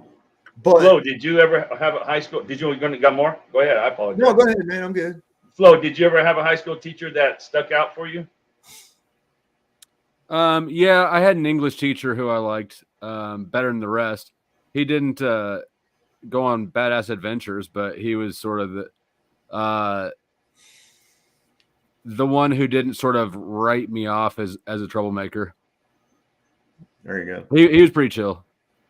And then mine was an English teacher too. I mean, I'd come in after playing basketball at the time. With 6th period was English. And I'd come in there. I was hot. I said, Mr. Wiseman, it's hot in here. He goes, no, Harmon, you're hot in here. I'm perfectly fine. He'd always tell me that it's just a statement of being. Everybody else is just fine. You're the one that's hot. Right. And I'd sit there. I remember that. I don't know why I remember that from sophomore year. I mean, he would tell us that. What about you, Mr. Super Sidewinder? I when I thought about it quickly, I thought, I've really only had one good teacher. But when I really dissect it, I've had several really good teachers, and I could see the school system for what it was early on, and I was able to get what I wanted out of it. So the classes that I kind of had to take or whatever, I did just well enough to pass, stayed out of the way, whatever. So no one high school teacher stood out for you? Yeah, I'd have to say probably shop class, like metal shop class. And I had a special class for house construction where we actually went out and built a house. So that was kind of like, I don't know, it felt like a field trip every day to me. You know what I mean? It got you out of the what year school. was that? I graduated in 80. We built that house in 78. Oh, that'd have been that would be learning right there. I mean, Yeah, everything you can do to a house, from the foundation to the very last nails, dude, that we did it all. That's pretty cool. And we never had nothing like that. Smart for whoever got that house too, because that was a really cheap labor. Yeah. I gotta every say, year we build a house like in the same neighborhood. So like as the thing went on, like we ended up with the whole neighborhood of houses that were all built by the classes of my school. It was cool. Sorry, I didn't mean to interrupt. No, that's all right. No, that was an interesting story. Are you around that area still? Yeah, I still live within probably 4 or 5 miles of that house that I built, and every once in a while I drive by and look at it. It's still holding up well. Looks good. Blends in with everything else. That would be cool. Did you guys have anything like that in school? Dave? Yeah, I never did. We built a log cabin for the Waterford Nature Center, which was like a little nature preserve in our town, Waterford. In high school? Yeah. Did you we have did something it. like that? We were learning. We were not learning, even close. We were learning how they did that stuff back in the day. We had to split the logs. We had to hew them down. They were wood slabs that we made from logs, and we had to use a drawing knife to shape them. That's beautiful. And then we had to make the stuff from the mud and concrete and shit to pack in between the mud and straw and stuff in between the holes that would be in the wood and shit. It was as authentic as you could get. I had in 8th grade a physics teacher who inadvertently gave us a lesson in entropy by dying in the middle of class, and nobody knew it. What? Yeah. That'll learn you. Yeah, the dude, he gave us our assignments and shit, and everybody was there doing their assignments, and then looked over and everybody thought he was just napping. And nobody, of course, wanted to wake him up because they didn't want any more work. So everybody was being all chill and everything. The bell rang. Everybody left. Next class came in. They sat there for like a half hour waiting for him to, give him a lesson. So we went over to touch him, to wake him up, and he'd assumed room temperature. Yeah, as they will. That would be weird. They probably knew that he was dead the whole time and just didn't want to get it sub in that quick. No, I didn't. After I found out, I said, "Oh my god, that motherfucker was dead, man. That creeped me out. Sitting in there with a dead dude that whole time. That's messed up." So here where I'm at, we have a separate facility called Genesee Area Skill Center, and it's kind of like a mall-sized building, all cordoned off into really large, like workshop areas. And if you're a gifted student anywhere within like a 20-mile radius or whatever, you can get sponsored to go on to do part of your high school time there. And like Dave was saying, they build log cabins, they build custom cars, they lay out the fiberglass and build them from scratch. I mean, freaking everything that you can imagine, metal shops, wood shops. We had auto mechanics. We had auto mechanics in our high school, class auto mechanics, and people would bring their cars for oil changes or to be repaired by the auto mechanic class. Yeah, dude. Gave them the education, and it was cheaper than the mechanic. And of course, checked over by a certified mechanic. It was taught by a certified mechanic, so he would check over the work and everything. So you're getting the same thing, only a little bit better, really. Yeah, dude. You did construction now, right, Flo? When you have to? Yeah, I still have a handful of jobs, like small ones. Well, I have a handful of customers that are established. I'm not really picking up any new jobs. I spend too much time on here. What do you do? Like carpentry, concrete work, steel work? Mostly like framing and shit. But I can do some of anything, really. Concrete is what I'm properly trained in, like certified in and shit. But I don't really do it. I don't do it a lot because it's a pain in the ass to do if you're like a small crew. Oh yeah. You can't compete with the pump and dump guys, man. Not at all. Well, the thing is it's hard to get a truck to deliver. You need basically a 5-yard minimum. So you've got all these patio jobs that are 1.5, 2, 3 yards of concrete. Then you got to mix that in a hand mixer. Yeah. You're doing it by hand. Mm-hmm. Yeah. I was amazed the first time I was doing house framing up toward Northern Virginia, up around Chancellorsville area, and the foundations where they are poured. They're in a mold, and they put these you've seen them. They put these molds up that go along to build a foundation. It's actually the panels have like brickwork imprinted into it so that it looks like there's brickwork after it dries. And they come in with a concrete. You talking about the texture or like actual inlays? Because I've done both, where you have actual just the texture. Brick. Yeah, just the texture. And they'd come in with this thing, and they would this concrete pump. This thing would go up and come way over. The thing would be setting out in the street up to the foundation of the house, and they're pumping this shit down into this foundation. Come back in a couple of days, they remove the panels. There it is, man. Pour the floor, everything's set, man. Yeah. When I first started in concrete, I went in the QC department. Well, I actually became the QC department, making architectural precast concrete, which is it's sort of like tilt up, but we did it at a plant.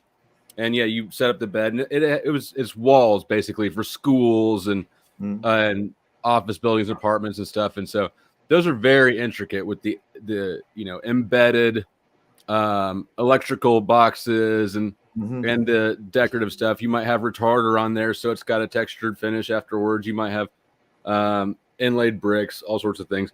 It was a really good. Flat on the ground. Just laying on flat on the ground when you do it, and you raise them up to walls. Well, we had beds, is what we call. They're basically big ass tables, because some of these panels were like 40 yards long, and we'd stretch out. It's called pre-stress, and we'd pull these big fat steel cables and crank them tight as shit, so that afterwards, after the concrete's poured and it's embedded in there, when you cut the ends, it's already pre-stressed so that it won't get stress cracks later on. But if those if you overstretch the cables, there was several guys there who have seen dudes like those cables. If they snap when you overstress them, and you're standing at either end of the bed, they've seen dudes get like their whole arm lopped off and shit from those. Yeah, dude. Yeah, that ain't no joke. That ain't no joke. Yeah. Some of the shit people don't realize, some of the dangerous shit that we've had to do like that, and I look back at shit that I've done, right? So I'd be working on some of these houses, like I said, they're in the Chancellorsville area. They're all 2- and 3-story houses. And then it comes time to set these truss. And I was a dude, I would get up on the fucking ball of the crane and ride up with the truss so that I could fucking tie the peak with a spacer block while they were putting it down onto the top of the wall at the other spot. And then I'd ride the thing back down, hook up another set of fucking rafters and shit, truss work, and I'd get back on the ball and up I go. Boom, do it again. Have to do that about 25, 30 times on each one of those houses, man. That's you never did it when it was windy, did you? No, fuck no. You ain't gonna get the crane operator to even do anything on a windy day. He's not. There's a lot of windy days out here where I live out here because it's in a mountain pass. Yeah. And they still try to put it up there with the wind. It's so funny to watch them doing that. Yeah, I've had a little half sheet of plywood on a gust of wind come up, and a half sheet of plywood be carrying along, and a gust of wind come up, and that fucker try to fly you right off the roof. Yeah. Oh yeah. Brother. Can you see how many different types of bricks are in this? You probably can't. God. There's let me see. Let's see. Okay. I see. There's red rough. There's blended. There's black. There's red smooth. I'm sorry. There's rough and smooth. Right. And then like over here you've got they stagger, right? So all of these shits, I'm the QC department for this.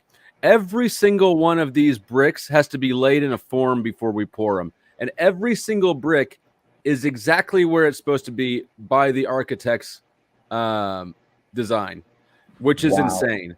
The amount of bullshit that this school took, they got to all be straight. They can't float when you're pouring wet concrete on them. They can't crack.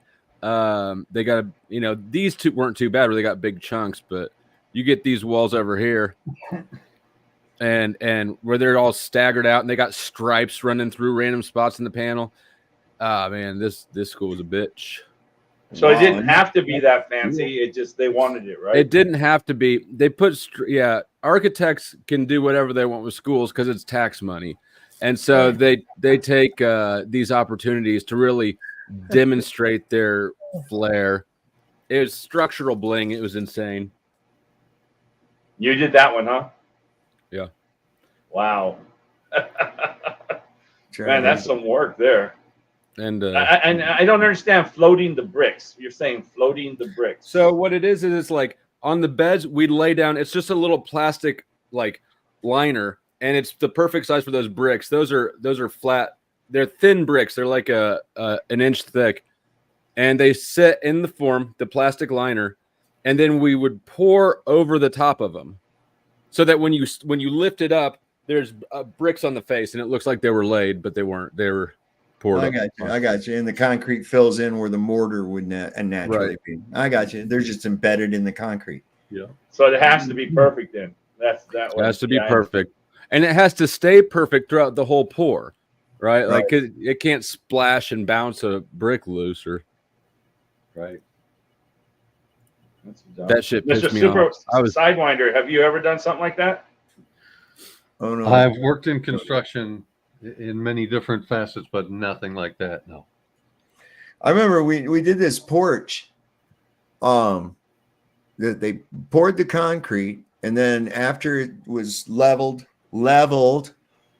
big long porch along the front of this huge, really nice cedar log cabin we built for a guy who owned the local radio station. It's over here in the mountain, and they poured this porch, and it was really long, leveled it out, and then after it dried, we rolled out this stencil. Oh yeah. And then this guy, it looked like how stonework, in between stonework, there was like it was like this kind of a stencil. And then this guy came around with these pouches on, and he had these different colors of like this weird Powder concrete. dye. And he was throwing this shit down all over the place and everything. Then he soaked it down. They let it dry for a couple days, come back, peel that thing up, and it looked like stonework had been laid for this thing in a patio, and it was all just concrete. Yeah. And each one of the little powdered areas was raised up about 1/8 of an inch, so it gave it actual texture and shit too. I like what Realize said in the chat. He goes, our schools here are designed by the same people who designed the prisons. They look the same. They are the same. They are the same. So this was another one that we did, and these columns here, they've got different retarders on this portion, but down here, can you see my cursor? Yeah. Yes. Okay, this part is in the black and the red, is inlaid marble. It's Italian marble that took 9 months to get here, and they included 0 extra pieces in case something's broke. Wow. So let me ask you something then, Flo. Check this out. So I'm looking at this building here. It's rather impressive, but still kind of dystopic looking. Much like many of the things that we build. What's your opinion when you see some of these old world structures that look like they'd be damn near impossible to reconstruct today, much less at the time period when they were building them? You know, and I'm talking about how, well, I don't know that I think that they'd be impossible to build. That just how ornate they are looks. I can't imagine anybody putting that much attention into decoration, really. Today, here's the thing, Flo. When you decide and you commit to build a building like those old ancient structures that we're talking about, you need the skilled labor to repeat every little detail. So if you're going to put a little scroll on every little mortise, right, or all the way around a building, you're either going to have one guy that has the ambition to do that whole project, or you're going to have a whole team of guys that know exactly how to duplicate that same thing in every aspect. And where did all those trained people show up? Because when you look at the people count, like 11,000 people are in a city, and all of a sudden this building pops up. They're living in mud huts, and this beautiful building with that sort of skill levels pops up out of nowhere, dude. I have to also say that I don't think that it is so much decoration as it is where aesthetics meets functionality. Okay, yeah, I believe that those ornate details that we see were part of a bigger picture than most people realize. I look at like these cathedrals, and a term I heard is frozen music, if you will. Acoustically sound. Some of these cathedrals are so acoustically sound. I heard something that was just sent a thrilling chill down my spine. It was so beautiful. Of one girl, and she started singing Ave Maria inside of one of these cathedrals. Oh yeah, dude. And in only just a few seconds, it was an entire choir of her at different pitches and shit singing that same song. And it's like, that's on purpose. That's on Right. purpose. You can't accidentally do that. Yeah, that right there tells me, and the fact that they've built many of these cathedrals around the organ, which I find is interesting, built around the organ, kind of like we are built around our organs, as if it were the heart of the church. It's like I said, I went to in Salt Lake City on the tabernacle where they had that huge organ. Mm-hmm. You take a straight pin, just a little straight pin, drop it on the stage right there, and I'm very back at the very back as far as you can get, and you could hear that straight pin going tink tink tink tink tink dropping. You know, that's how the sound goes. So I'm agreeing with you about your sound stuff. It's not by accident. Well, and it's right by the organ too. Right by the organ. Have you ever been to the United States Capitol building? No. Okay. Inside the rotunda, there's two areas directly across from each other that you can hear somebody over on that other side whispering to somebody, as though they're whispering right to you. Yeah, there's a stadium built who knows when in Central America. It's one of their old stadiums. I mean, go back 1,000 years or more. Mm-hmm. You can stand at one end of the stadium, a person today right there, and you can talk, and the person, you can be heard the whole stadium. You can heard the very end anywhere. It was looking to me here that that's outdoors too. That's outdoors. Super Sidewinder was wanting to say something or show us something. It looked like he had a recorder in his hand. What was that, Super Sidewinder? Yeah, I wanted to show you. This is one of the smallest recorders. It's a Super Nino, so it's really high pitched. And I saw a girl. I could probably dig up the video, or she has a channel. Her name is Rika, playing one of these little tiny recorders in one of those cathedrals that you're talking about. And it absolutely filled the space. And like you said, it just gave you chills. Just to listen to it moved your soul. Yeah. I think that combined with the tuning of 432 hertz, which these organs were tuned to, I think that those things were a place of healing and energy. I don't know that I buy the hertz thing. I've done. I talked to a musician, and I wish I'm not a musician, so I can't even remember how he explained it to me. But I remember leaving that conversation going, "Okay, the 432 thing is a misinterpretation of a thing." Yeah, it is. I can fill that in for you a little bit. Well, okay, I can please tell do. you this is my. I knew you were gonna, Sav. I know that you're down with all conspiracy theories. I get it. I'm going to tell you my experience with it. Okay. Mm-hmm. So I've looked heavy deep into cymatics, and I've looked at what frequency, how it affects us, how it affects a lot of different things, living organisms specifically, what it does with water. So I started tuning when I've got my guitar tuned to 432. Now I have to go back to 440 when I'm around most people, because otherwise I'm not in tune with them. But when I'm in a 432 hertz tuning, I find myself playing shit that I've never played before. I find myself fretting chords that are correct, that I've never fretted. I don't even know what the fuck they're called, but they're right and they're there. And I just start doing it. A lot of times my wife should. Don't follow Crump. Don't follow Crump says that's misleading. Yeah, he does music a lot. I've got my experience. I've got my experience of it, and I've got what I've done my research on what frequencies do to people, and I'm holding to that there is something to it. There's a reason. There was a reason they went through a massive campaign. What do you think about the placebo effect?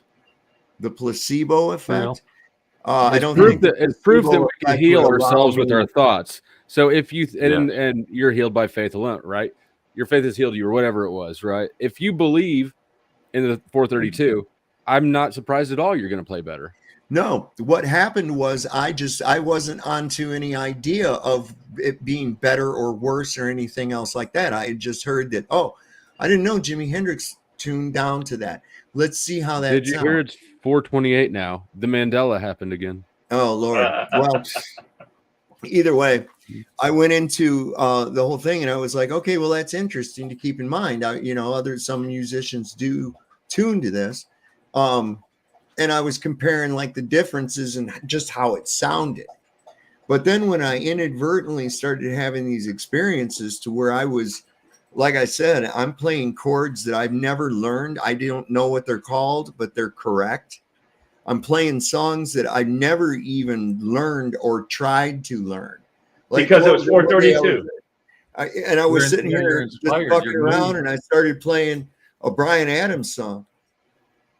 And the old lady's like, I didn't know you played that song all these years. I've never heard you play that song. I said, fuck, I didn't know I knew it either.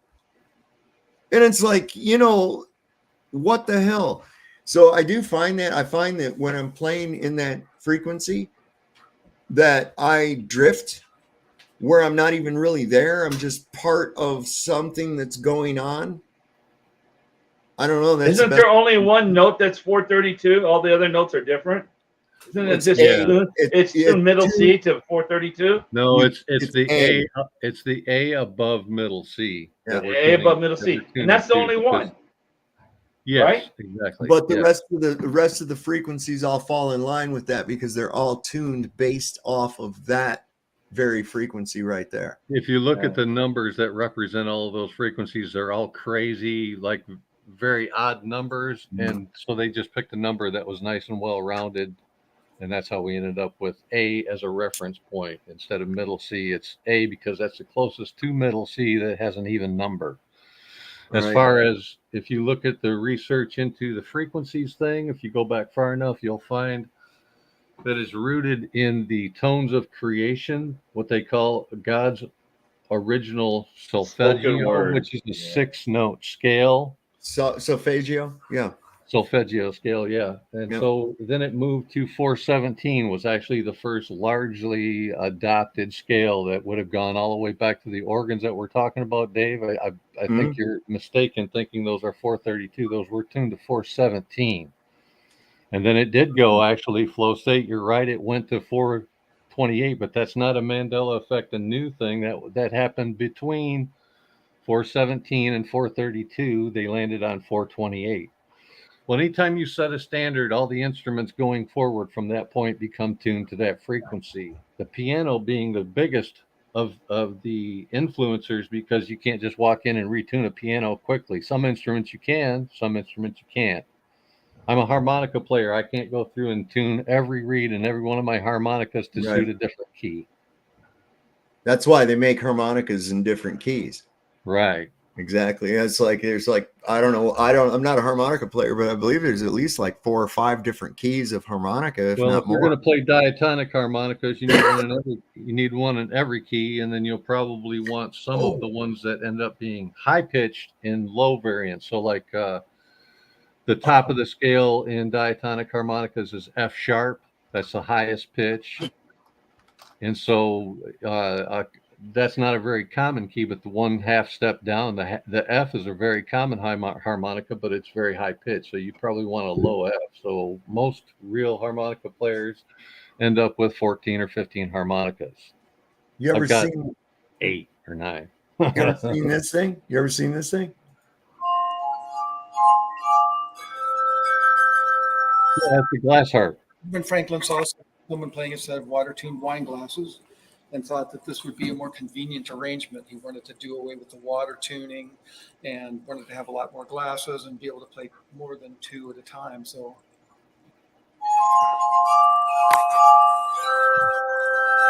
voila, one of Franklin's favorite inventions. So these are all basically custom blown wine glasses, and they're all nested inside of each other. And the whole assembly is turning so you can play it somewhat piano-like. So here's a little bit from the Lucia.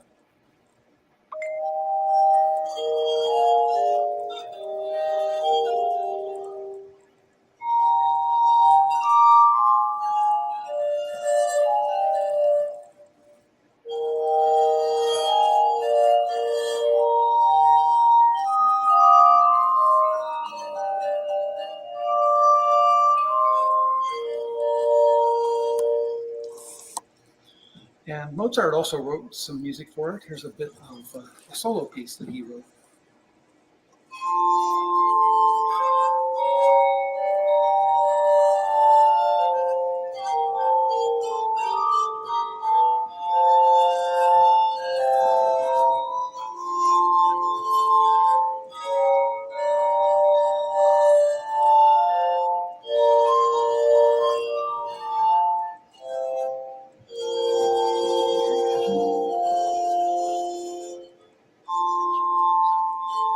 So I want to do a show one night, man, and dig into who in the fuck is Benjamin Franklin, man.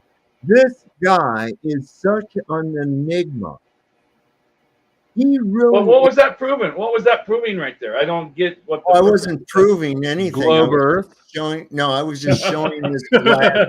I just thought it was neat, this glass harmonica. That's all. Yeah, that's cool. Wasn't there to prove anything or disprove. Oh, I just was trying to figure out what the point was. I was just showing that they had it. A glass About harmonica. frequencies, and harmonica came up, and Yeah, that's Well, all. no, it's yeah. Did you like the music? It was all right. We've got an instrument around here that can't be taken anywhere. That you can listen to the music online from it or buy CDs or come to Luray Caverns and hear it yourself. It's called a stalagpipe organ.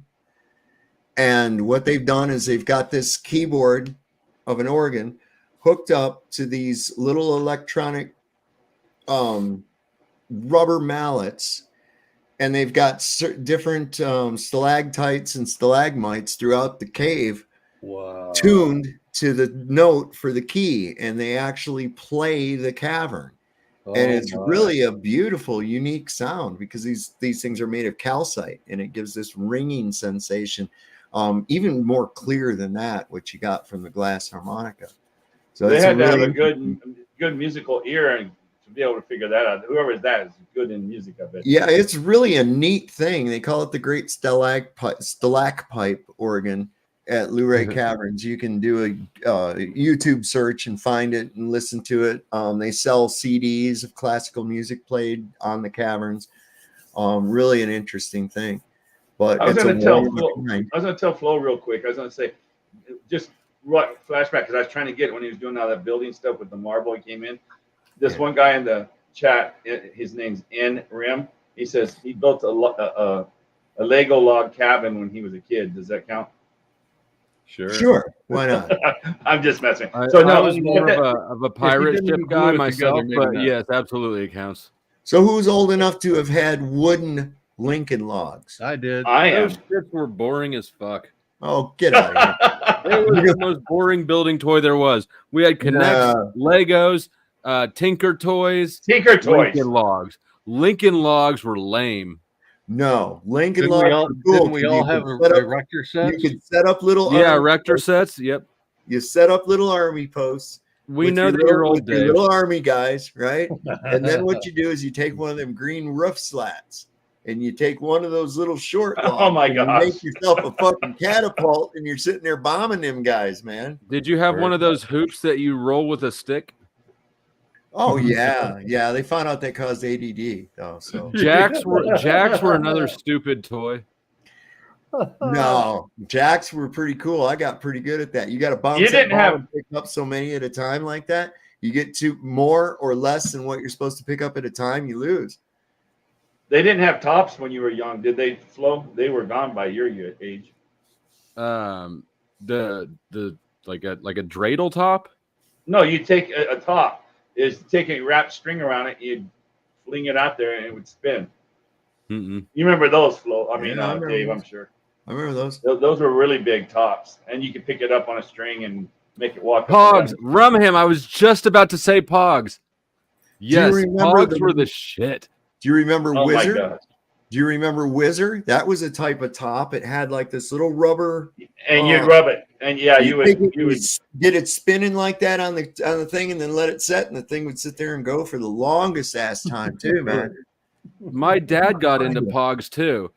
Like no way. And my brother. I wouldn't get into it with my kids. But it was bullshit, especially in hindsight, because I was like 8 and my brother was like 5, and dad is like 35, and he's taking all of our Pogs because he can obviously hit the slammer better, right? He can flip the stack. And now in hindsight, I'm like, that's bullshit. He just took all his kids' toys. That's funny. This is it right here. Hang on. I remember my boys playing that. They're the same age as you. You gotta remember they played that all the time. I didn't even look what it was. I just know the name when you brought it up. I had no idea what it was. What do you got, Dave? Yeah, This thing, these were fun as hell, man. Let me see. I got to come over to here and stop that screen. What was the name of that cavern, real good? I was trying to look it up. I didn't remember what you said. Luray, Luray. Okay, thank you. So God, I wanted to say someone's name right there so bad when you asked that question. So see this thing right here, man. This was, you didn't need any strings or no batteries, nothing. This little part, dude. That little part right there. The Whizzer. Yeah, that thing was cool. It would that thing would go forever. And there, you see in that one little picture where it's on sideways with that little stand. That little stand came with it. You could get it going, and because it has a gyroscopic effect, if you put it over sideways on there like that, it would stay like that. And it would. And you get your ass kicked when you put it in your sister's hair. It would when you pivot. put it in your sister's Oh, hair. yeah, that was I bad. got my ass kicked for that one. Yeah. You know what else will get your ass kicked? Did you guys are probably too old for like the sticky hands that you get out of the vending machines, and those God, things you could smack your friends with them. I've seen them. I never. That was like the Pizza Hut party killer. Let me see here. People get mad. Oh, wait a second. Did you guys do all the crazy stuff like unicycles and stilts and parasailing? No, Flo didn't. They didn't have that. Our unicycles were big. We lit things on fire. Oh, you're gonna wish you kept that Whizzer you got your ass whooped for. Damn thing's selling for $70 right now. Wow. Somebody said Pokemon cards too in the chat. Pokemon cards are fucking money. Now they are, yeah. That's crazy. I was a bad investor back then. I bought Beanie Babies. Bullshit. Oh, Day Trooper Micro Machines. Yeah, they had that guy that was like the fastest talker in the world, could do the commercials. Did you ever see that guy for the Micro Machines? This guy was like the fastest talker in the world. Hang on, watch here. This is really cool. Then I'm gonna have to start getting wind down here in just a minute. Let me see. Micro Machines commercial. Metal Slinkies had those. Had a Stretch Armstrong. Didn't get what the fucking fun about this toy was. Now listen how fast this motherfucker talks. This is insane. There we go. You got so many commercials for doing that. This is the Micro Machine Man presenting the most miniature motorcade of Micro Machines. Each one has dramatic detail, terrific trim, precision paint job, plus incredible Micro Machine pocket playsets. There's a police station, fire station, restaurant, service station, and more. Perfect pocket portables to take any place. And there are many miniature playsets to play with, and each one comes with its own special edition Micro Machine vehicle and fun, fantastic features that miraculously move. Raise the boatless at the airport marina, man the gun turret at the army base, clean your car at the car wash, raise the toll bridge. And these playsets fit together to form a Micro Machine world. Micro Machine pocket playsets, so tremendously tiny, so perfectly precise, so dazzlingly detailed, you'll want to pocket them all. Micro Machines and Micro Machine pocket playsets sold separately from Galoob. The smaller they are, the better they are. I forgot about Micro Machines. I had some of that shit too. Yikes. He got that commercial because there was a contest in the States who could speak the fastest. He won the contest. And next you know, he's getting commercials. But I think Rose can talk that fast. I can. Rose gets You know, here in the streets of Boston, I've had. See, this is him doing a Michael Jackson song, I think. So, you know, everyone thinks they're being very clever, but they all do one of three things. You know. John Mashida's claim to fame is that the Guinness Book lists him as the world's fastest talking man, more than 500 words per minute. But his most memorable moments have been on television, in ads for Federal Express, and lately, Minute Rice. Slice the green peppers, use them with your Minute Rice Primavera, paella, or pilaf. Chop a chicken for cacciatore. Slice a steak for stroganoff. Plain, I personally prefer it plain with the pat. Side dishes. At what point did you realize you had this gift? Well, when I was 12 years old, growing up on Long Island, there was a cerebral palsy fair a few blocks away from my house, and they announced that they would donate $2,000 to cerebral palsy for anyone that broke a Guinness record. So at first, I wanted to ride the roller coaster at Coney Island. So I called Coney Island, and they said, "Hey, kid, take a hike at 12 years old. We're not going to let you strap yourself into the cyclone for 2 weeks straight." So I went home and I started flipping through the book and decided I was going to eat a car, swallow lead pipes. So the next best thing was to lock myself in a room and teach myself how to do the fast talking. I also grew up in a family with 5 sisters, so to get Sounds more like the first age-wise, time I did coke. Mashida is currently on tour in professorial attire, promoting this spoof of academia. 4 years of learning condensed into 10 minutes of listening. But it's a neat little thing. It comes with fold-out, a curriculum, a little pocket-sized diploma. Once you graduate, you get to keep that.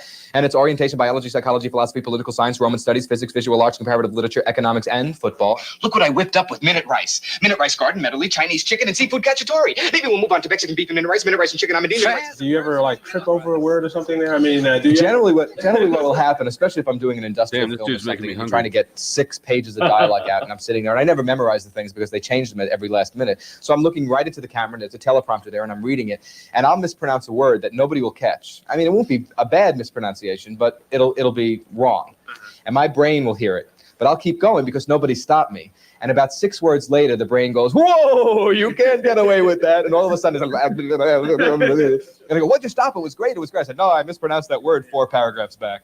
Lung trouble can come from the air you breathe at work, but thanks to the American Lung Association, you can breathe a little easier. They're working to fight all this lung disease. Your lungs are a miracle. Take care of your lungs. They're only human. And if my lungs weren't in great shape, I couldn't have said all this.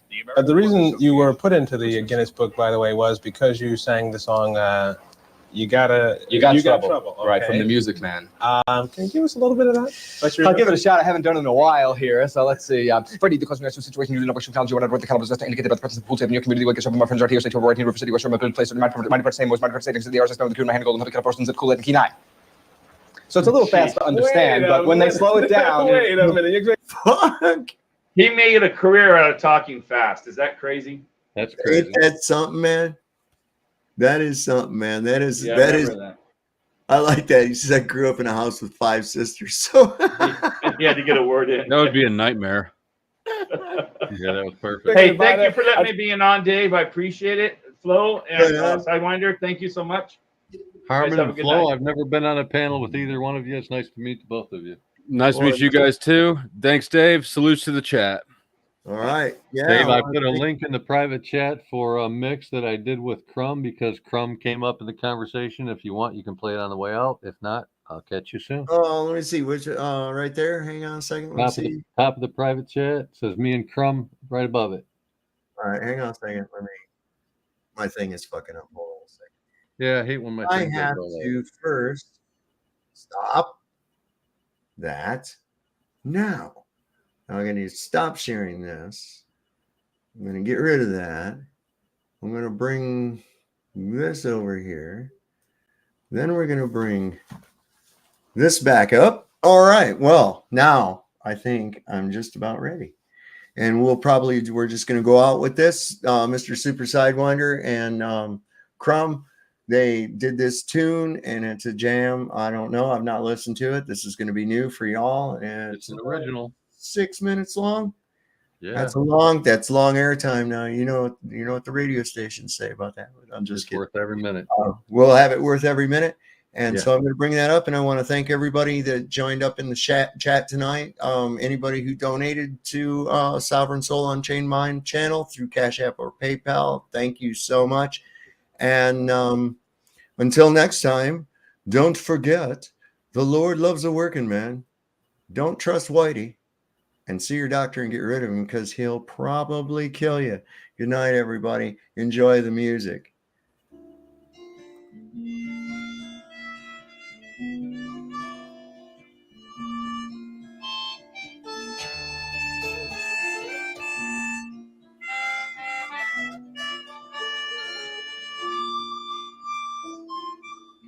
I lived a life for so long.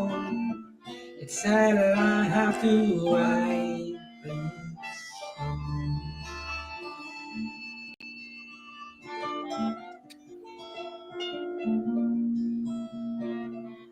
Everyone I loved is gone, and everything that I thought was wrong.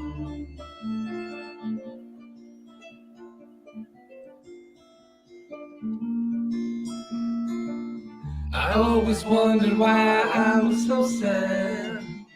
I lifted the veil and goodbye, man.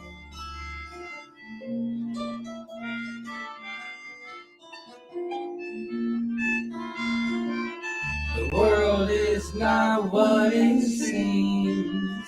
Too many lies beneath the sea.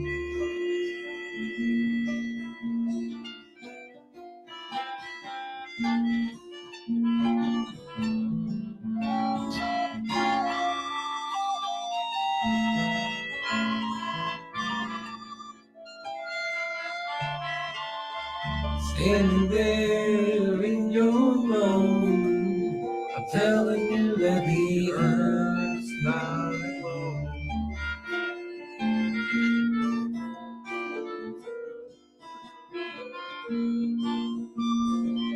I thought that you would understand, but the lies are too big to comprehend.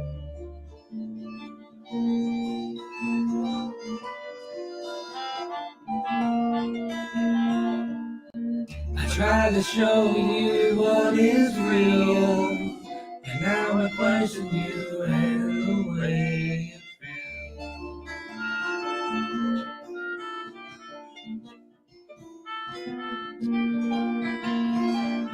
And all I ask is for you to look, but you won't even pick up a book.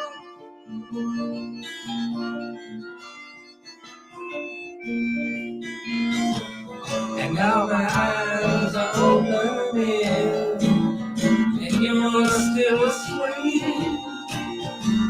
I tried to wake you, I tried to shake you, but I can only weep. But I'm not crazy, I'm not lazy. I'm searching for the truth. I'm not lazy, things are hazy. The sky's no longer blue. I'm not crazy, I'm not lazy. Just searching for the truth. I need someone to share it, but it's not you.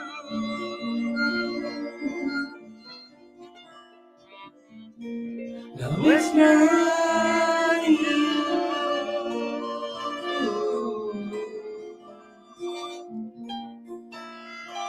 We were in love, and love makes the world go round.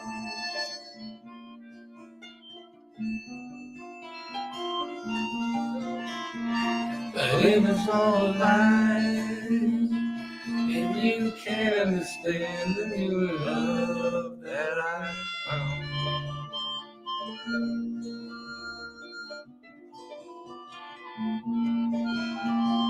Now I have to let her know she doesn't want to know.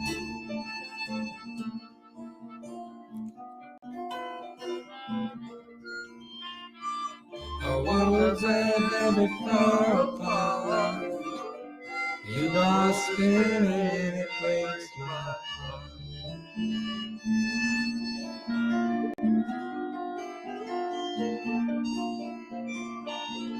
You dream of space and galaxies, but I can no longer believe she was a ballerina. Ain't a ballerina. That I'm not crazy, I'm not lazy, just searching for the truth. I'm not lazy, I'm not crazy, and the sky's no longer blue. I'm not crazy, I'm not lazy, I'm just searching for some clues. I need someone to share it, but it's not you.